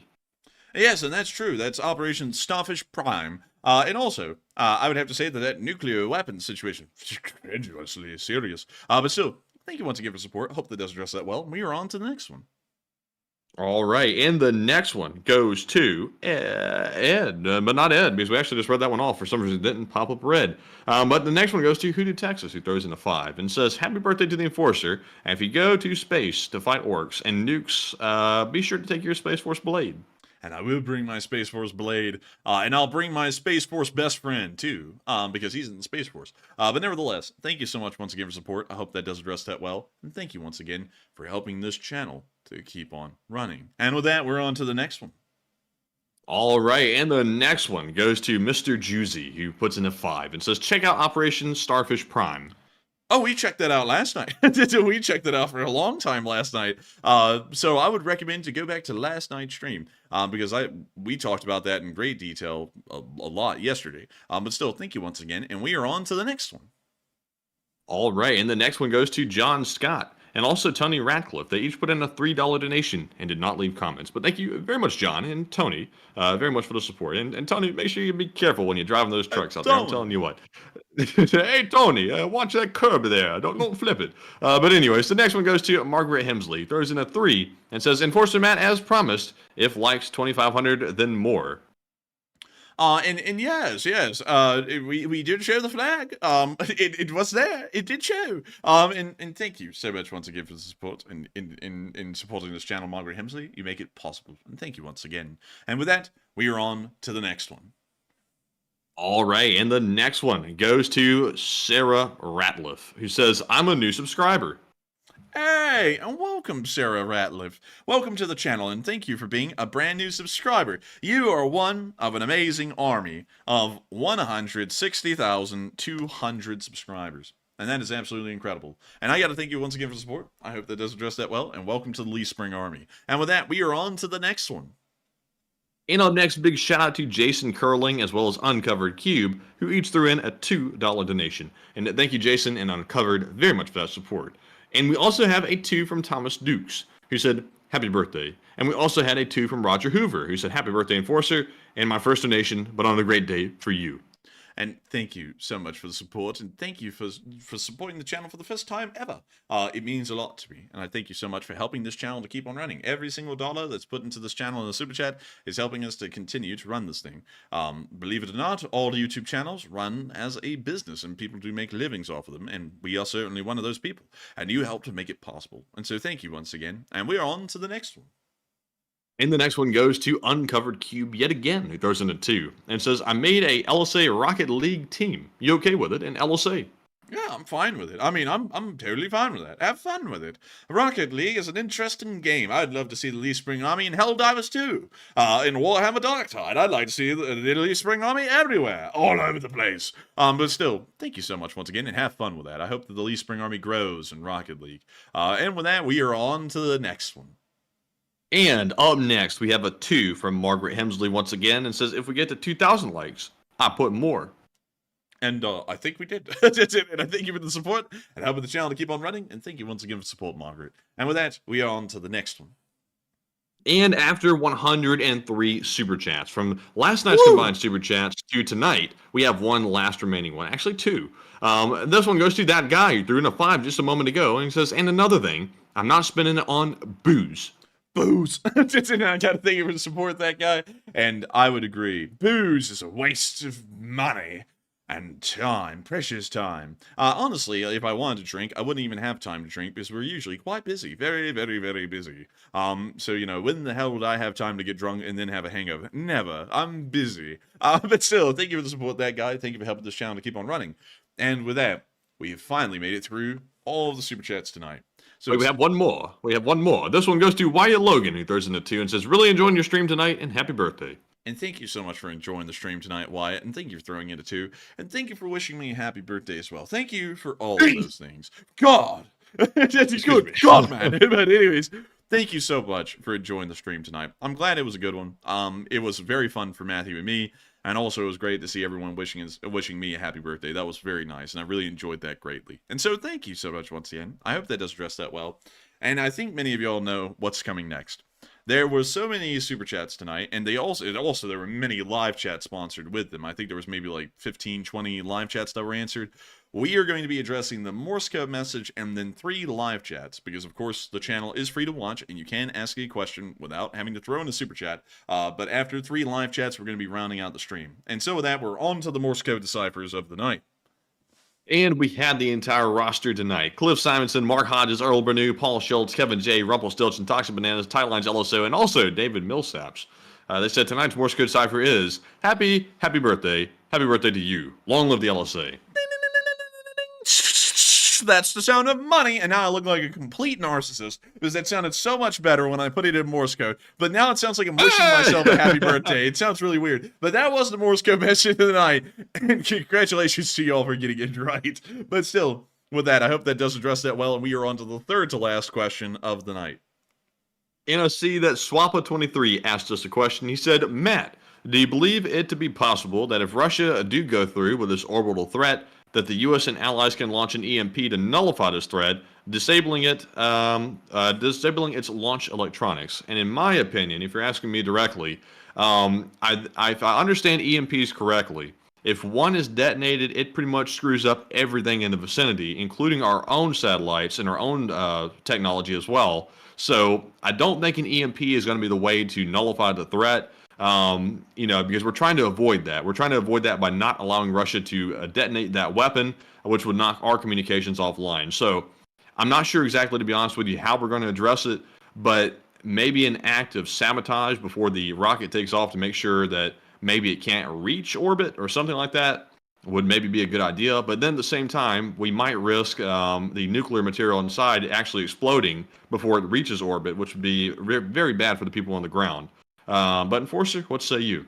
I would have to say it's possible, but I have a feeling it's probably not likely that we would do an EMP attack. If that thing goes up there, it's probably just going to stay up there, because if there is proof that it was knocked out by us, that is a provocative action against one of their armed forces assets. So they'll probably respond pretty harshly to that, even though they get curb stomped in the long run. So, sadly, I don't think we'd be able to do much once it made it into orbit. All we could do is put one of ours up in orbit and then hope that there's some deterrence in that. But with that, hope that does address that well. And we have one more super chat. And also, folks, while we're going to address this next super chat that came in, Believe it or not, for one of the first times in forever, I'm going to have to put a cutoff on Super Chats. Any Super Chat put in beyond Spamhoffens will not be read on stream.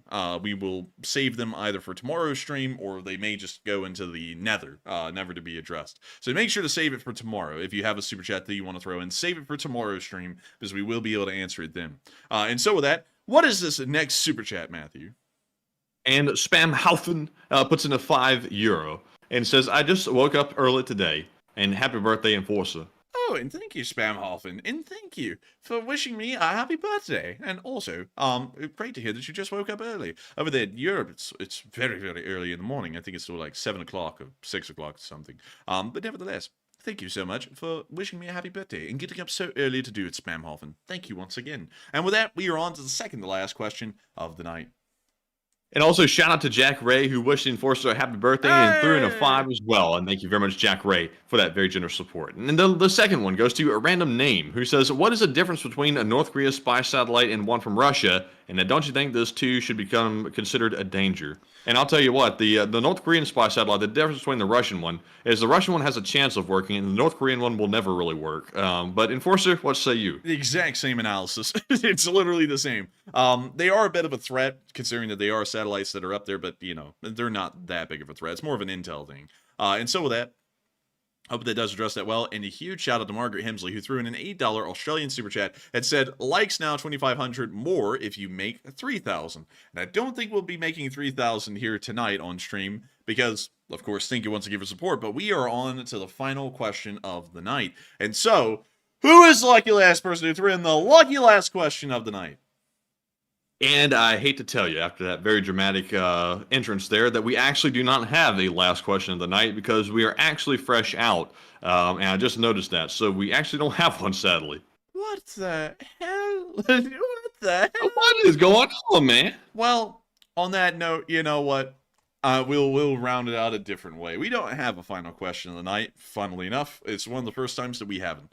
But I gotta thank y'all all once again for being here with me as I turn another year older. It is wild to think that when I started doing this, I was 20 years old, and a lot of people were marveling at how young I was and I was doing this back then.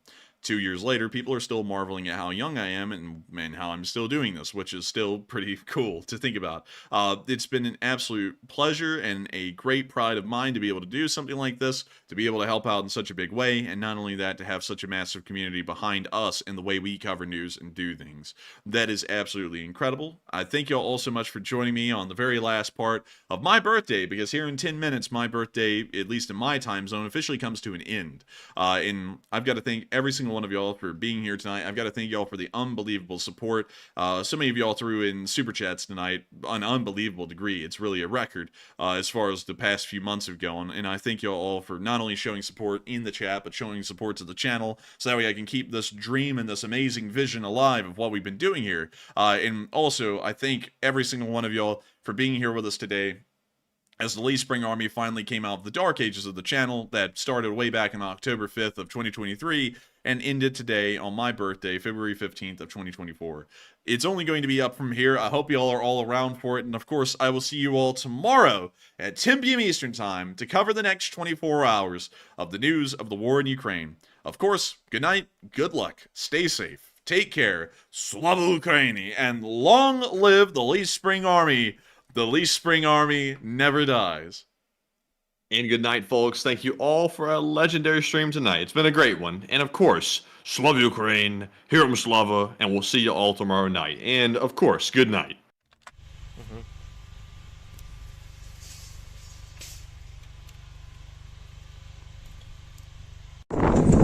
Yes.